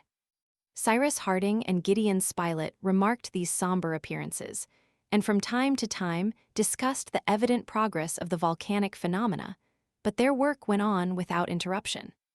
It was, besides, of the first importance from every point of view, that the vessel should be finished with the least possible delay. In presence of the eventualities which might arise, the safety of the colonists would be to a great extent secured by their ship. Who could tell that it might not prove some day their only refuge? In the evening, after supper, Cyrus Harding, Gideon Spilett, and Herbert again ascended the plateau of Prospect Heights. It was already dark, and the obscurity would permit them to ascertain if flames or incandescent matter thrown up by the volcano were mingled with the vapor and smoke accumulated at the mouth of the crater. "The crater is on fire," said Herbert, who, more active than his companion, first reached the plateau. Mount Franklin, distant about 6 miles, now appeared like a gigantic torch, around the summit of which turned fuliginous flames. So much smoke, and possibly scoriae and cinders were mingled with them, that their light gleamed but faintly amid the gloom of the night. But a kind of lurid brilliancy spread over the island, against which stood out confusedly the wooded masses of the heights. Immense whirlwinds of vapor obscured the sky, through which glimmered a few stars. "The change is rapid," said the engineer. "That is not surprising," answered the reporter. "The reawakening of the volcano already dates back some time. You may remember, Cyrus, that the first vapors appeared about the time we searched the sides of the mountain to discover Captain Nemo's retreat. It was, if I mistake not, about the 15th of October. "Yes," replied Herbert, 2 months and a half ago. "The subterranean fires have therefore been smoldering for 10 weeks, resumed Gideon Spilett, and it is not to be wondered at that they now break out with such violence." "Do not you feel a certain vibration of the soil?" asked Cyrus Harding. "Yes," replied Gideon Spilett, "but there is a great difference between that and an earthquake." "I do not affirm that we are menaced with an earthquake," answered Cyrus Harding. "May God preserve us from that. No, these vibrations are due to the effervescence of the central fire. The crust of the earth is simply the shell of a boiler, and you know that such a shell, under the pressure of steam, vibrates like a sonorous plate. It is this effect which is being produced at this moment." "What magnificent flames!" exclaimed Herbert. At this instant, a kind of bouquet of flames shot forth from the crater, the brilliancy of which was visible even through the vapors. Thousands of luminous sheets and barbed tongues of fire were cast in various directions. Some, extending beyond the dome of smoke, dissipated it, leaving behind an incandescent powder. This was accompanied by successive explosions, resembling the discharge of a battery of machine guns. Cyrus Harding, the reporter, and Herbert, after spending an hour on the plateau of Prospect Heights, again descended to the beach and returned to Granite House. The engineer was thoughtful and preoccupied, so much so, indeed, that Gideon Spilett inquired if he apprehended any immediate danger, of which the eruption might directly or indirectly be the cause. "Yes and no," answered Cyrus Harding. "Nevertheless," continued the reporter, "would not the greatest misfortune which could happen to us be an earthquake which would overturn the island? Now, I do not suppose that this is to be feared, since the vapors and lava have found a free outlet." "True," replied Cyrus Harding, "and I do not fear an earthquake in the sense in which the term is commonly applied to convulsions of the soil provoked by the expansion of subterranean gases. But other causes may produce great disasters." "How so, my dear Cyrus?" "I am not certain. I must consider. I must visit the mountain. In a few days, I shall learn more on this point." Gideon Spilett said no more, and soon, in spite of the explosions of the volcano, whose intensity increased, and which were repeated by the echoes of the island, the inhabitants of Granite House were sleeping soundly. 3 days passed by the 4th, 5th, and 6th of January. The construction of the vessel was diligently continued, and without offering further explanations, the engineer pushed forward the work with all his energy. Mount Franklin was now hooded by a somber cloud of sinister aspect, and amid the flames, vomiting forth incandescent rocks, some of which fell back into the crater itself. This caused Pencroft, who would only look at the matter in the light of a joke, to exclaim, "Ah, the giant is playing at cup and ball, he is a conjurer." In fact, the substances thrown up fell back again into the abyss, and it did not seem that the lava, though swollen by the internal pressure, had yet risen to the orifice of the crater. At any rate, the opening on the northeast, which was partly visible, poured out no torrent upon the northern slope of the mountain. Nevertheless, however pressing was the construction of the vessel, other duties demanded the presence of the colonists on various portions of the island. Before everything, it was necessary to go to the corral, where the flocks of musmons and goats were enclosed, and replenish the provision of forage for those animals. It was accordingly arranged that Ayrton should proceed thither the next day, the 7th of January. And as he was sufficient for the task to which he was accustomed, Pencroft and the rest were somewhat surprised on hearing the engineer say to Ayrton, "As you're going tomorrow to the corral, I will accompany you." "But, Captain Harding," exclaimed the sailor, "our working days will not be many, and if you go also, we shall be 2 pair of hands short." "We shall return tomorrow," replied Cyrus Harding, "but it is necessary that I should go to the corral. I must learn how the eruption is progressing." "The eruption? Always the eruption," answered Pencroft with an air of discontent. "An important thing, truly, this eruption. I trouble myself very little about it." Whatever might be the sailor's opinion, the expedition projected by the engineer was settled for the next day. Herbert wished to accompany Cyrus Harding, but he would not vex Pencroft by his absence. The next day at dawn, Cyrus Harding and Ayrton, mounting the cart drawn by 2 onagers, took the road to the corral and set off at a round trot.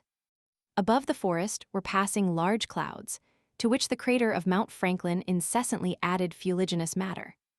These clouds, which rolled heavily in the air, were evidently composed of heterogeneous substances.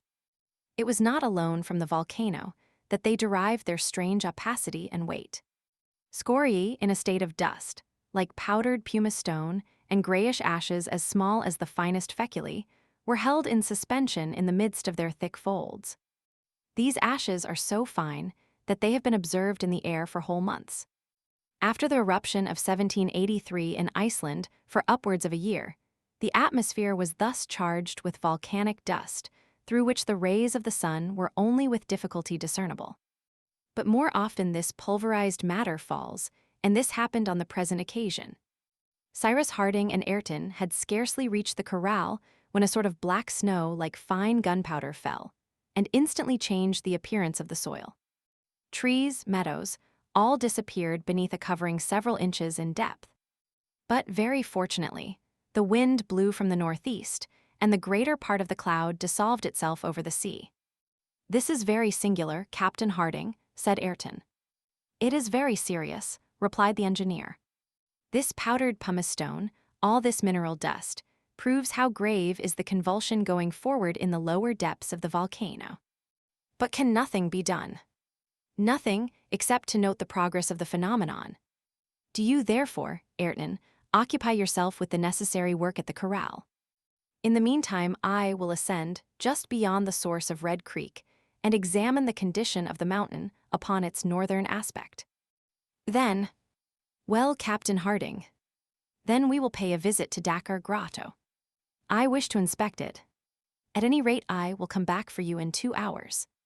Ayrton then proceeded to enter the corral, and, while awaiting the engineer's return, busied himself with the musmons and goats, which seemed to feel a certain uneasiness in presence of these first signs of an eruption.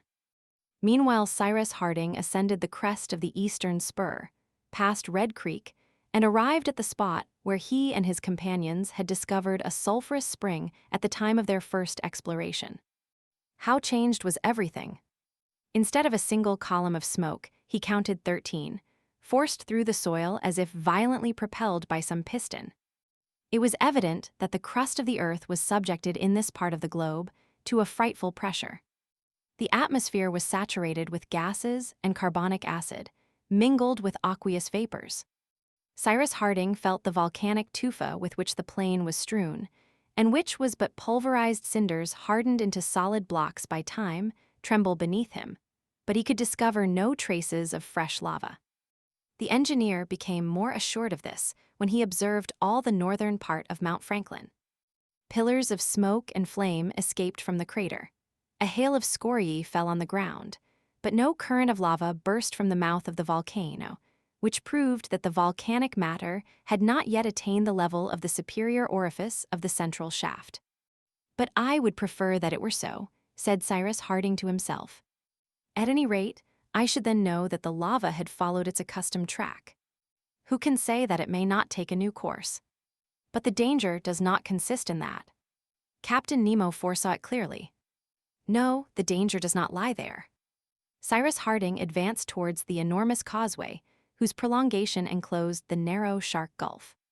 He could now sufficiently examine on this side the ancient channels of the lava. There was no doubt in his mind that the most recent eruption had occurred at a far distant epoch. He then returned by the same way, listening attentively to the subterranean mutterings which rolled like long-continued thunder, interrupted by deafening explosions.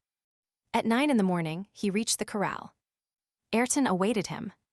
"The animals are cared for, Captain Harding," said Ayrton. "Good, Ayrton." "They seem uneasy, Captain Harding." "Yes, instinct speaks through them, and instinct is never deceived." "Are you ready?" "Take a lamp, Ayrton," answered the engineer. "We will start at once." Ayrton did as desired. The onagers, unharnessed, roamed in the corral. The gate was secured on the outside, and Cyrus Harding, preceding Ayrton, took the narrow path which led westward to the shore. The soil they walked upon was choked with the pulverized matter fallen from the cloud.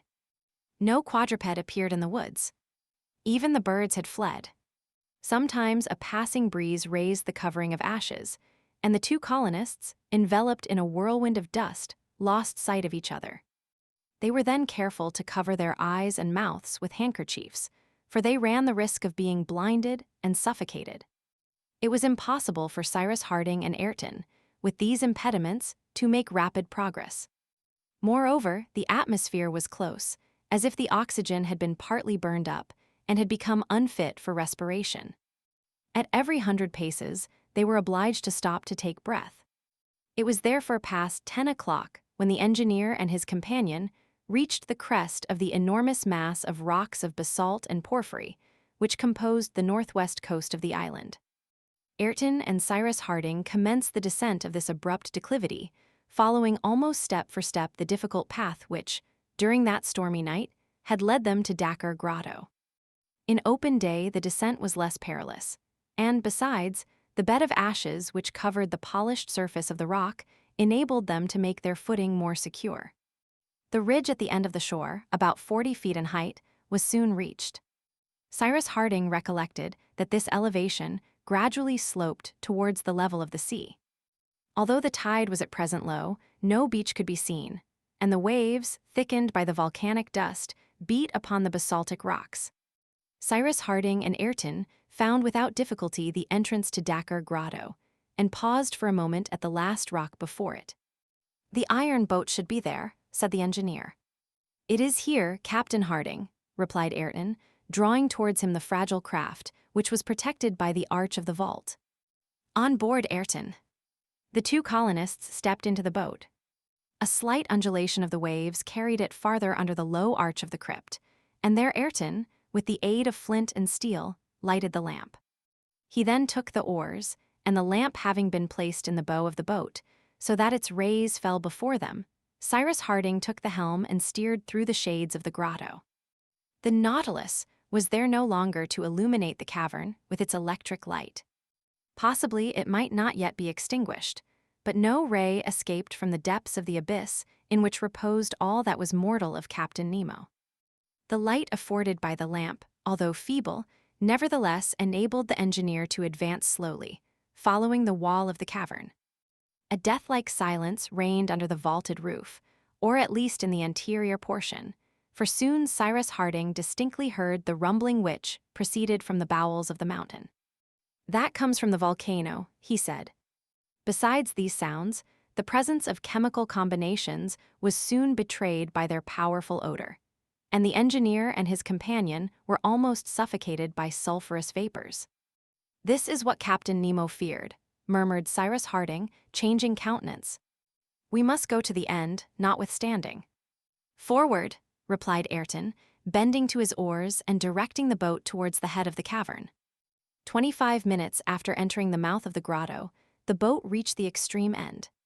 Cyrus Harding then, standing up, cast the light of the lamp upon the walls of the cavern, which separated it from the central shaft of the volcano. What was the thickness of this wall? It might be 10 feet or 100 feet. It was impossible to say. But the subterranean sounds were too perceptible to allow of the supposition that it was of any great thickness. The engineer, after having explored the wall at a certain height horizontally, fastened the lamp to the end of an oar, and again surveyed the basaltic wall at a greater elevation. There, through scarcely visible clefts and joinings, escaped a pungent vapor, which infected the atmosphere of the cavern. The wall was broken by large cracks, some of which extended to within 2 or 3 feet of the water's edge. Cyrus Harding thought for a brief space. Then he said in a low voice, "Yes, the captain was right. The danger lies there, and a terrible danger." Ayrton said not a word, but upon a sign from Cyrus Harding, resumed the oars, and half an hour later the engineer, and he reached the entrance of Dakkar Grotto. Chapter 19. The next day, the 8th day of January, after a day and night passed at the corral, where they left all in order, Cyrus Harding and Ayrton arrived at Granite House. The engineer immediately called his companions together and informed them of the imminent danger which threatened Lincoln Island, and from which no human power could deliver them. "My friends," he said, and his voice betrayed the depth of his emotion, "our island is not among those which will endure while this earth endures. It is doomed to more or less speedy destruction, the cause of which it bears within itself, and from which nothing can save it." The colonists looked at each other, then at the engineer. They did not clearly comprehend him. "Explain yourself, Cyrus," said Gideon Spilett. "I will do so," replied Cyrus Harding. "Or rather, I will simply afford you the explanation which, during our few minutes of private conversation, was given me by Captain Nemo." "Captain Nemo!" exclaimed the colonists. "Yes, and it was the last service he desired to render us before his death." "The last service!" exclaimed Pencroft, "the last service. You will see that though he is dead, he will render us others yet." "But what did the captain say?" inquired the reporter. "I will tell you, my friends," said the engineer. Lincoln Island does not resemble the other islands of the Pacific, and a fact of which Captain Nemo has made me cognizant must sooner or later bring about the subversion of its foundation. Nonsense. Lincoln Island, it can't be, cried Pencroft, who, in spite of the respect he felt for Cyrus Harding, could not prevent a gesture of incredulity. Listen, Pencroft, resumed the engineer. I will tell you what Captain Nemo communicated to me, and which I myself confirmed yesterday during the exploration of Dakar Grotto. This cavern stretches under the island as far as the volcano, and is only separated from its central shaft by the wall which terminates it. Now, this wall is seamed with fissures and clefts, which already allow the sulfurous gases generated in the interior of the volcano to escape. Well, said Pencroft, his brow suddenly contracting. Well then, I saw that these fissures widen under the internal pressure from within, that the wall of basalt is gradually giving way, and that after a longer or shorter period, it will afford a passage to the waters of the lake which fill the cavern. Good, replied Pencroft, with an attempt at pleasantry. The sea will extinguish the volcano, and there will be an end of the matter. Not so, said Cyrus Harding. Should a day arrive when the sea, rushing through the wall of the cavern, penetrates by the central shaft into the interior of the island to the boiling lava, Lincoln Island will that day be blown into the air just as would happen to the island of Sicily, were the Mediterranean to precipitate itself into Mount Etna.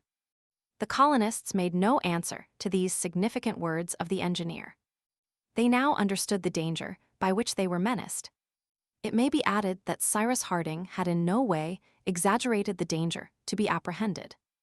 Many persons have formed an idea that it would be possible to extinguish volcanoes, which are almost always situated on the shores of a sea or lake, by opening a passage for the admission of the water. But they are not aware that this would be to incur the risk of blowing up a portion of the globe, like a boiler whose steam is suddenly expanded by intense heat. The water, rushing into a cavity whose temperature might be estimated at thousands of degrees, would be converted into steam with a sudden energy which no enclosure could resist. It was not therefore doubtful that the island, menaced by a frightful and approaching convulsion, would endure only so long as the wall of Dakar Grotto itself should endure. It was not even a question of months, nor of weeks, but of days. It might be of hours. The first sentiment which the colonists felt was that of profound sorrow. They thought not so much of the peril which menaced themselves personally, but of the destruction of the island which had sheltered them, which they had cultivated, which they loved so well, and had hoped to render so flourishing. So much effort ineffectually expended, so much labor lost. Pencroft could not prevent a large tear from rolling down his cheek, nor did he attempt to conceal it. Some further conversation now took place. The chances yet in favor of the colonists were discussed, but finally it was agreed that there was not an hour to be lost, that the building and fitting of the vessel should be pushed forward with their utmost energy, and that this was the sole chance of safety for the inhabitants of Lincoln Island. All hands, therefore, set to work on the vessel. What could it avail to sow, to reap, to hunt, to increase the stores of Granite House? The contents of the storehouse and outbuildings contained more than sufficient to provide the ship for a voyage, however long might be its duration. But it was imperative that the ship should be ready to receive them before the inevitable catastrophe should arrive. Their labors were now carried on with feverish ardor. By the 23rd of January, the vessel was half-decked over. Up to this time, no change had taken place on the summit of the volcano. Vapor and smoke mingled with flames, and incandescent stones were thrown up from the crater. But during the night of the 23rd, in consequence of the lava attaining the level of the first stratum of the volcano, the hat-shaped cone which formed over the latter disappeared. A frightful sound was heard. The colonists at first thought the island was rent asunder, and rushed out of Granite House. This occurred about 2 o'clock in the morning. The sky appeared on fire. The superior cone, a mass of rock 1,000 feet in height, and weighing thousands of millions of pounds, had been thrown down upon the island, making it tremble to its foundation. Fortunately, this cone inclined to the north, and had fallen upon the plain of sand and tufa stretching between the volcano and the sea. The aperture of the crater being thus enlarged projected towards the sky a glare so intense that by the simple effect of reflection the atmosphere appeared red-hot. At the same time, a torrent of lava, bursting from the new summit, poured out in long cascades, like water escaping from a vase too full, and 1,000 tongues of fire crept over the sides of the volcano. The corral! The corral! Exclaimed Ayrton. It was, in fact, towards the corral that the lava was rushing as the new crater faced the east, and consequently the fertile portions of the island, the springs of Red Creek and Jacamar Wood, were menaced with instant destruction. At Ayrton's cry, the colonists rushed to the onager's stables. The cart was at once harnessed. All were possessed by the same thought to hasten to the corral and set at liberty the animals it enclosed. Before 3 in the morning, they arrived at the corral. The cries of the terrified musmons and goats indicated the alarm which possessed them. Already a torrent of burning matter and liquefied minerals fell from the side of the mountain upon the meadows as far as the side of the palisade. The gate was burst open by Ayrton, and the animals, bewildered with terror, fled in all directions. An hour afterwards the boiling lava filled the corral, converting into vapor the water of the little rivulet which ran through it, burning up the house like dry grass and leaving not even a post of the palisade to mark the spot where the corral once stood. To contend against this disaster would have been folly, nay, madness. In presence of nature's grand convulsions man is powerless. It was now daylight the 24th of January. Cyrus Harding and his companions, before returning to Granite House, desired to ascertain the probable direction this inundation of lava was about to take. The soil sloped gradually from Mount Franklin to the east coast, and it was to be feared that, in spite of the thick Jacamar Wood, the torrent would reach the plateau of Prospect Heights. "The lake will cover us," said Gideon Spilett. "I hope so," was Cyrus Harding's only reply. The colonists were desirous of reaching the plain upon which the superior cone of Mount Franklin had fallen, but the lava arrested their progress. It had followed, on one side, the valley of Red Creek, and on the other that of Falls River, evaporating those watercourses in its passage. There was no possibility of crossing the torrent of lava. On the contrary, the colonists were obliged to retreat before it. The volcano, without its crown, was no longer recognizable, terminated as it was by a sort of flat table which replaced the ancient crater. From 2 openings in its southern and eastern sides, an unceasing flow of lava poured forth, thus forming 2 distinct streams. Above the new crater, a cloud of smoke and ashes, mingled with those of the atmosphere, massed over the island. Loud peals of thunder broke, and could scarcely be distinguished from the rumblings of the mountain, whose mouth vomited forth ignited rocks, which, hurled to more than 1,000 feet, burst in the air like shells. Flashes of lightning rivaled in intensity the volcano's eruption. Towards 7 in the morning, the position was no longer tenable by the colonists, who accordingly took shelter in the borders of Jacamar Wood. Not only did the projectiles begin to rain around them, but the lava, overflowing the bed of Red Creek, threatened to cut off the road to the corral. The nearest rows of trees caught fire, and their sap, suddenly transformed into vapor, caused them to explode with loud reports, while others, less moist, remained unhurt in the midst of the inundation. The colonists had again taken the road to the corral. They proceeded but slowly, frequently looking back. But in consequence of the inclination of the soil, the lava gained rapidly in the east, and as its lower waves became solidified, others, at boiling heat, covered them immediately. Meanwhile, the principal stream of Red Creek Valley became more and more menacing. All this portion of the forest was on fire, and enormous wreaths of smoke rolled over the trees, whose trunks were already consumed by the lava. The colonists halted near the lake, about half a mile from the mouth of Red Creek. A question of life or death was now to be decided. Cyrus Harding, accustomed to the consideration of important crises, and aware that he was addressing men capable of hearing the truth, whatever it might be, then said, "Either the lake will arrest the progress of the lava, and a part of the island will be preserved from utter destruction, or the stream will overrun the forests of the far west, and not a tree or plant will remain on the surface of the soil. We shall have no prospect, but that of starvation upon these barren rocks, a death which will probably be anticipated by the explosion of the island. In that case, replied Pencroft, folding his arms and stamping his foot, what's the use of working any longer on the vessel? Pencroft, answered Cyrus Harding, we must do our duty to the last. At this instant, the river of lava, after having broken a passage through the noble trees it devoured in its course, reached the borders of the lake. At this point there was an elevation of the soil which, had it been greater, might have sufficed to arrest the torrent. To work, cried Cyrus Harding. The engineer's thought was at once understood. It might be possible to dam, as it were, the torrent, and thus compel it to pour itself into the lake. The colonists hastened to the dockyard. They returned with shovels, picks, axes, and by means of banking the earth with the aid of fallen trees, they succeeded in a few hours in raising an embankment 3 feet high and some hundreds of paces in length.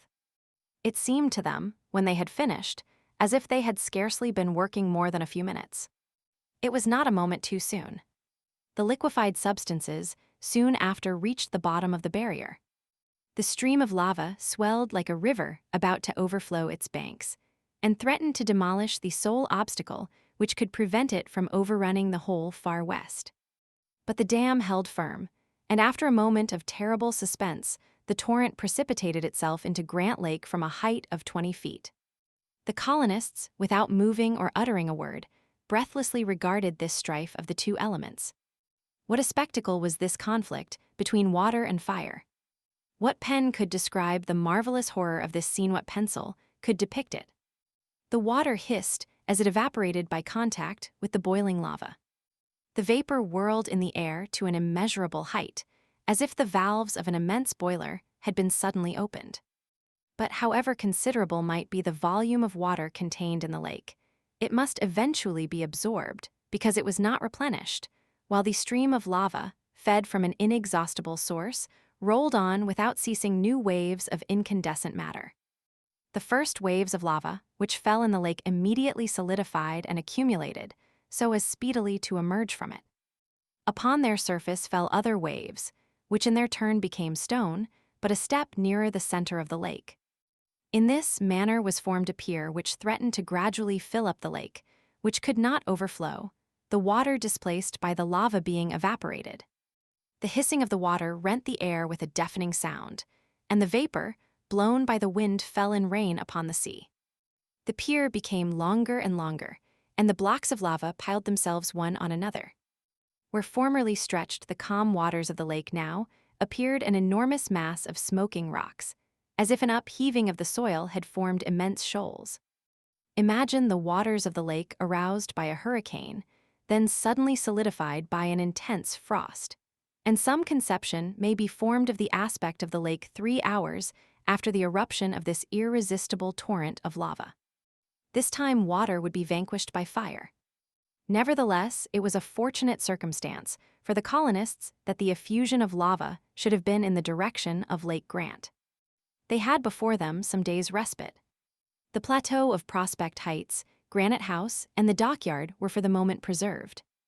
And these few days it was necessary to employ in planking and carefully calking the vessel, and launching her. The colonists would then take refuge on board the vessel, content to rig her after she should be afloat on the waters. With the danger of an explosion which threatened to destroy the island, there could be no security on shore. The walls of Granite House, once so sure a retreat, might at any moment fall in upon them. During the 6 following days, from the 25th to the 30th of January, the colonists accomplished as much of the construction of their vessel as 20 men could have done. They hardly allowed themselves a moment's repose, and the glare of the flames which shot from the crater enabled them to work night and day.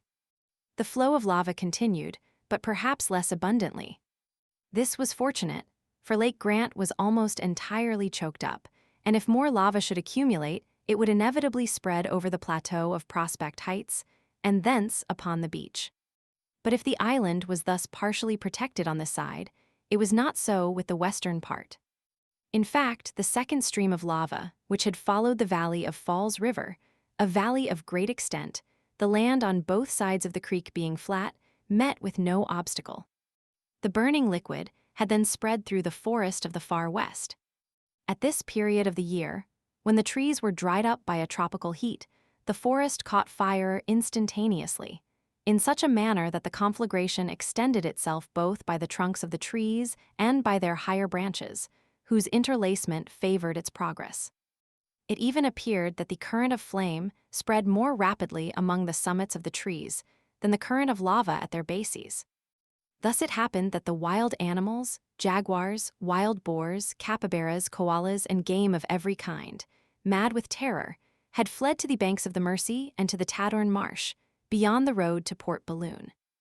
But the colonists were too much occupied with their task to pay any attention to even the most formidable of these animals. They had abandoned Granite House and would not even take shelter at the Chimneys, but encamped under a tent near the mouth of the Mersey. Each day Cyrus Harding and Gideon Spilett ascended the plateau of Prospect Heights. Sometimes Herbert accompanied them, but never Pencroft, who could not bear to look upon the prospect of the island now so utterly devastated. It was, in truth, a heartrending spectacle. All the wooded part of the island was now completely bare. One single clump of green trees raised their heads at the extremity of Serpentine Peninsula. Here and there were a few grotesque blackened and branchless stumps. The side of the devastated forest was even more barren than Tadorn Marsh. The eruption of lava had been complete. Where formerly sprang up that charming verdure, the soil was now nothing but a savage mass of volcanic tufa. In the valleys of the Falls and Mersey, rivers no drop of water now flowed towards the sea, and should Lake Grant be entirely dried up, the colonists would have no means of quenching their thirst. But fortunately the lava had spared the southern corner of the lake, containing all that remained of the drinking water of the island. Towards the northwest stood out the rugged and well-defined outlines of the sides of the volcano, like a gigantic claw hovering over the island. What a sad and fearful sight, and how painful to the colonists, who from a fertile domain covered with forests, irrigated by watercourses, and enriched by the produce of their toils, found themselves, as it were, transported to a desolate rock, upon which, but for their reserves of provisions, they could not even gather the means of subsistence. "It is enough to break one's heart," said Gideon Spilett one day. "Yes, Spilett," answered the engineer. "May God grant us the time to complete this vessel, now our sole refuge. Do not you think, Cyrus, that the violence of the eruption has somewhat lessened? The volcano still vomits forth lava, but somewhat less abundantly, if I mistake not." "It matters little," answered Cyrus Harding. "The fire is still burning in the interior of the mountain, and the sea may break in at any moment. We are in the condition of passengers whose ship is devoured by a conflagration which they cannot extinguish, and who know that sooner or later the flames must reach the powder magazine. To work, Spilett, to work, and let us not lose an hour. During 8 days more, that is to say until the 7th of February, the lava continued to flow, but the eruption was confined within the previous limits. Cyrus Harding feared above all lest the liquefied matter should overflow the shore, for in that event the dockyard could not escape. Moreover, about this time, the colonists felt in the frame of the island vibrations, which alarmed them to the highest degree. It was the 20th of February. Yet another month must elapse before the vessel would be ready for sea. Would the island hold together till then? The intention of Pencroft and Cyrus Harding was to launch the vessel as soon as the hull should be complete. The deck, the upper works, the interior woodwork and the rigging might be finished afterwards, but the essential point was that the colonists should have an assured refuge away from the island. Perhaps it might be even better to conduct the vessel to Port Balloon, that is to say, as far as possible from the center of eruption, for at the mouth of the Mersey, between the islet and the wall of granite, it would run the risk of being crushed in the event of any convulsion. All the exertions of the voyagers were therefore concentrated upon the completion of the hull. Thus the 3rd of March arrived, and they might calculate upon launching the vessel in 10 days. Hope revived in the hearts of the colonists, who had, in this 4th year of their sojourn on Lincoln Island, suffered so many trials. Even Pencroft lost, in some measure, the somber taciturnity occasioned by the devastation and ruin of his domain. His hopes, it is true, were concentrated upon his vessel. "We shall finish it," he said to the engineer. "We shall finish it, Captain, and it is time, for the season is advancing and the equinox will soon be here. Well, if necessary, we must put in to Tabor Island to spend the winter." But think of Tabor Island after Lincoln Island. Ah, how unfortunate. Who could have believed it possible? "Let us get on," was the engineer's invariable reply. And they worked away without losing a moment. "Master," asked Neb, a few days later, "do you think all this could have happened if Captain Nemo had been still alive?" "Certainly, Neb," answered Cyrus Harding. "I, for one, don't believe it," whispered Pencroft to Neb. "Nor I," answered Neb seriously. During the first week of March, appearances again became menacing. Thousands of threads like glass, formed of fluid lava, fell like rain upon the island. The crater was again boiling with lava, which overflowed the back of the volcano. The torrent flowed along the surface of the hardened tufa and destroyed the few meager skeletons of trees which had withstood the first eruption. The stream, flowing this time towards the southwest shore of Lake Grant, stretched beyond Creek Glycerine and invaded the plateau of Prospect Heights. This last blow to the work of the colonists was terrible. The mill, the buildings of the inner court, the stables were all destroyed. The affrighted poultry fled in all directions. Top and Jup showed signs of the greatest alarm, as if their instinct warned them of an impending catastrophe. A large number of the animals of the island had perished in the first eruption. Those which survived found no refuge but Tadorn Marsh, save a few to which the plateau of Prospect Heights afforded asylum. But even this last retreat was now closed to them, and the lava torrent, flowing over the edge of the granite wall, began to pour down upon the beach its cataracts of fire. The sublime horror of this spectacle passed all description. During the night, it could only be compared to a Niagara of molten fluid, with its incandescent vapors above and its boiling masses below. The colonists were driven to their last entrenchment, and although the upper seams of the vessel were not yet calked, they decided to launch her at once. Pencroft and Ayrton therefore set about the necessary preparations for the launching, which was to take place the morning of the next day, the 9th of March. But during the night of the 8th, an enormous column of vapor, escaping from the crater, rose with frightful explosions to a height of more than 3,000 feet. The wall of Dakar Grotto had evidently given way under the pressure of gases, and the sea, rushing through the central shaft into the igneous gulf, was at once converted into vapor. But the crater could not afford a sufficient outlet for this vapor. An explosion, which might have been heard at a distance of 100 miles, shook the air. Fragments of mountains fell into the Pacific, and, in a few minutes, the ocean rolled over the spot where Lincoln Island once stood. Chapter 20. An isolated rock, 30 feet in length, 20 in breadth, scarcely 10 from the water's edge, such was the only solid point which the waves of the Pacific had not engulfed. It was all that remained of the structure of Granite House. The wall had fallen headlong and been then shattered to fragments, and a few of the rocks of the large room were piled one above another to form this point. All around had disappeared in the abyss, the inferior cone of Mount Franklin, rent asunder by the explosion, the lava jaws of Shark Gulf, the plateau of Prospect Heights, Safety Islet, the granite rocks of Port Balloon, the basalts of Dakar Grotto, the long Serpentine Peninsula, so distant nevertheless from the center of the eruption. All that could now be seen of Lincoln Island was the narrow rock, which now served as a refuge to the 6 colonists and their dog top. The animals had also perished in the catastrophe. The birds, as well as those representing the fauna of the island, all either crushed or drowned, and the unfortunate Jup himself had, alas, found his death in some crevice of the soil.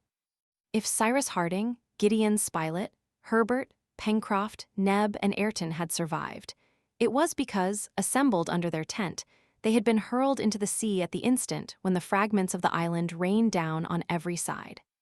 When they reached the surface, they could only perceive, at half a cable's length, this mass of rocks, towards which they swam and on which they found footing. On this barren rock they had now existed for 9 days. A few provisions taken from the magazine of Granite House before the catastrophe, a little fresh water from the rain which had fallen in a hollow of the rock, was all that the unfortunate colonists possessed.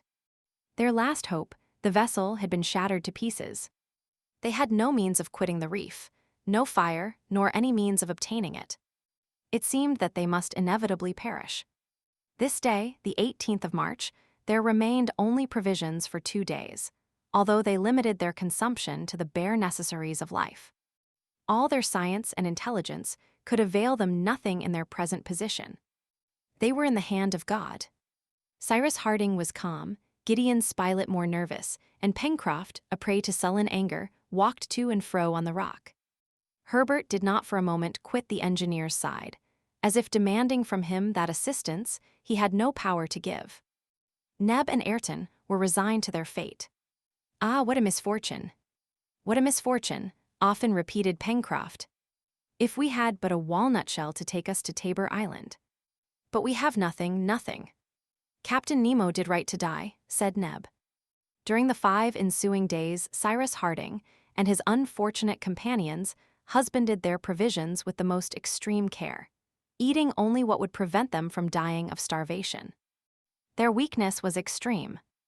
Herbert and Neb began to show symptoms of delirium.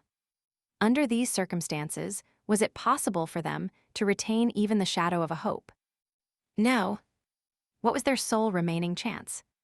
That a vessel should appear in sight of the rock. But they knew only too well from experience that no ships ever visited this part of the Pacific. Could they calculate that, by a truly providential coincidence, the Scotch yacht would arrive precisely at this time in search of Ayrton at Tabor Island? It was scarcely probable. And besides, supposing she should come there, as the colonists had not been able to deposit a notice pointing out Ayrton's change of abode, the commander of the yacht, after having explored Tabor Island without results, would again set sail and return to lower latitudes. No hope of being saved could be retained, and a horrible death from hunger and thirst, awaited them upon this rock. Already they were stretched on the rock, inanimate, and no longer conscious of what passed around them. Ayrton alone, by a supreme effort, from time to time raised his head and cast a despairing glance over the desert ocean. But on the morning of the 24th of March, Ayrton's arms were extended toward a point in the horizon. He raised himself, at first on his knees, then upright, and his hand seemed to make a signal. A sail was in sight off the rock. She was evidently not without an object. The reef was the mark for which she was making in a direct line under all steam, and the unfortunate colonists might have made her out some hours before if they had had the strength to watch the horizon. "The Duncan," murmured Ayrton, and fell back without sign of life. When Cyrus Harding and his companions recovered consciousness, thanks to the attention lavished upon them, they found themselves in the cabin of a steamer without being able to comprehend how they had escaped death. A word from Ayrton explained everything. "The Duncan," he murmured.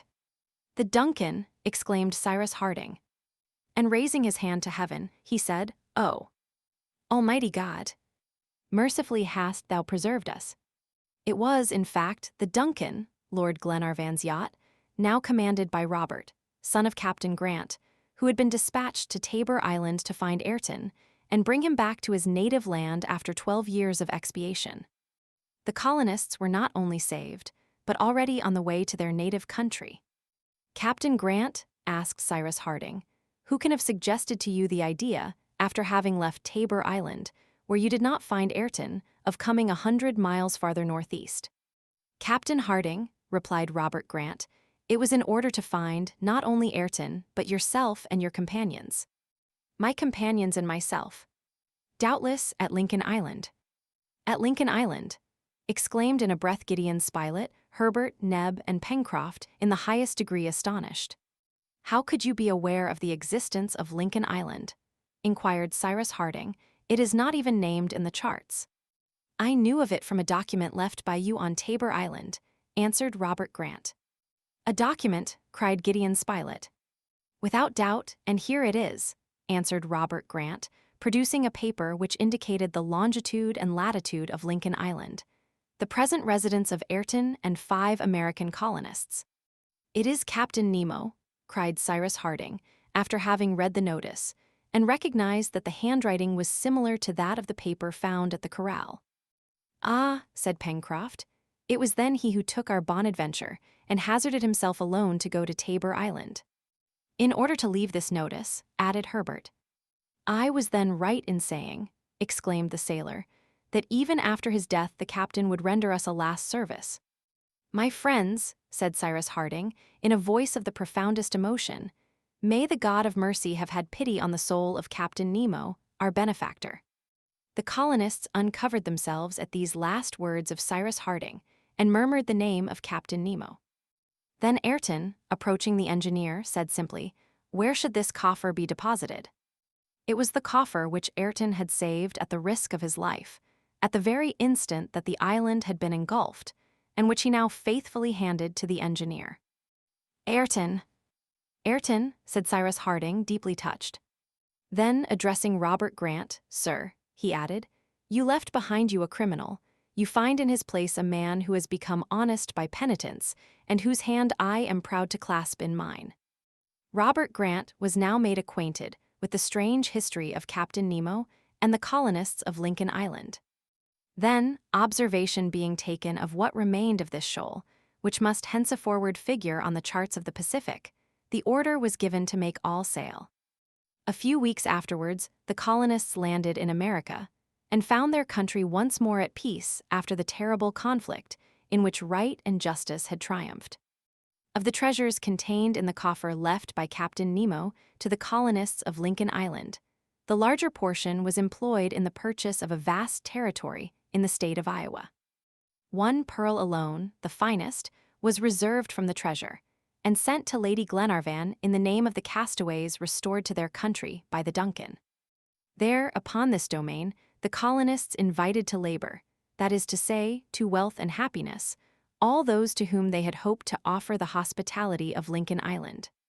There was founded a vast colony, to which they gave the name of that island sunk beneath the waters of the Pacific. A river there was called the Mercy, a mountain took the name of Mount Franklin, a small lake was named Lake Grant, and the forests became the forests of the far west. It might have been an island on terra firma. There, under the intelligent hands of the engineer and his companions, everything prospered. Not one of the former colonists of Lincoln Island was absent, for they had sworn to live always together. Neb was with his master. Ayrton was there ready to sacrifice himself for all. Pencroft was more a farmer than he had ever been a sailor. Herbert, who completed his studies under the superintendence of Cyrus Harding, and Gideon Spilett, who founded the New Lincoln Herald, the best-informed journal in the world. There Cyrus Harding and his companions received at intervals visits from Lord and Lady Glenarvan, Captain John Mangles and his wife, the sister of Robert Grant himself, Major McNab, and all those who had taken part in the history both of Captain Grant and Captain Nemo. There, to conclude, all were happy, united in the present as they had been in the past. But never could they forget that island upon which they had arrived poor and friendless, that island which, during 4 years, had supplied all their wants, and of which there remained but a fragment of granite washed by the waves of the Pacific, the tomb of him who had borne the name of Captain Nemo.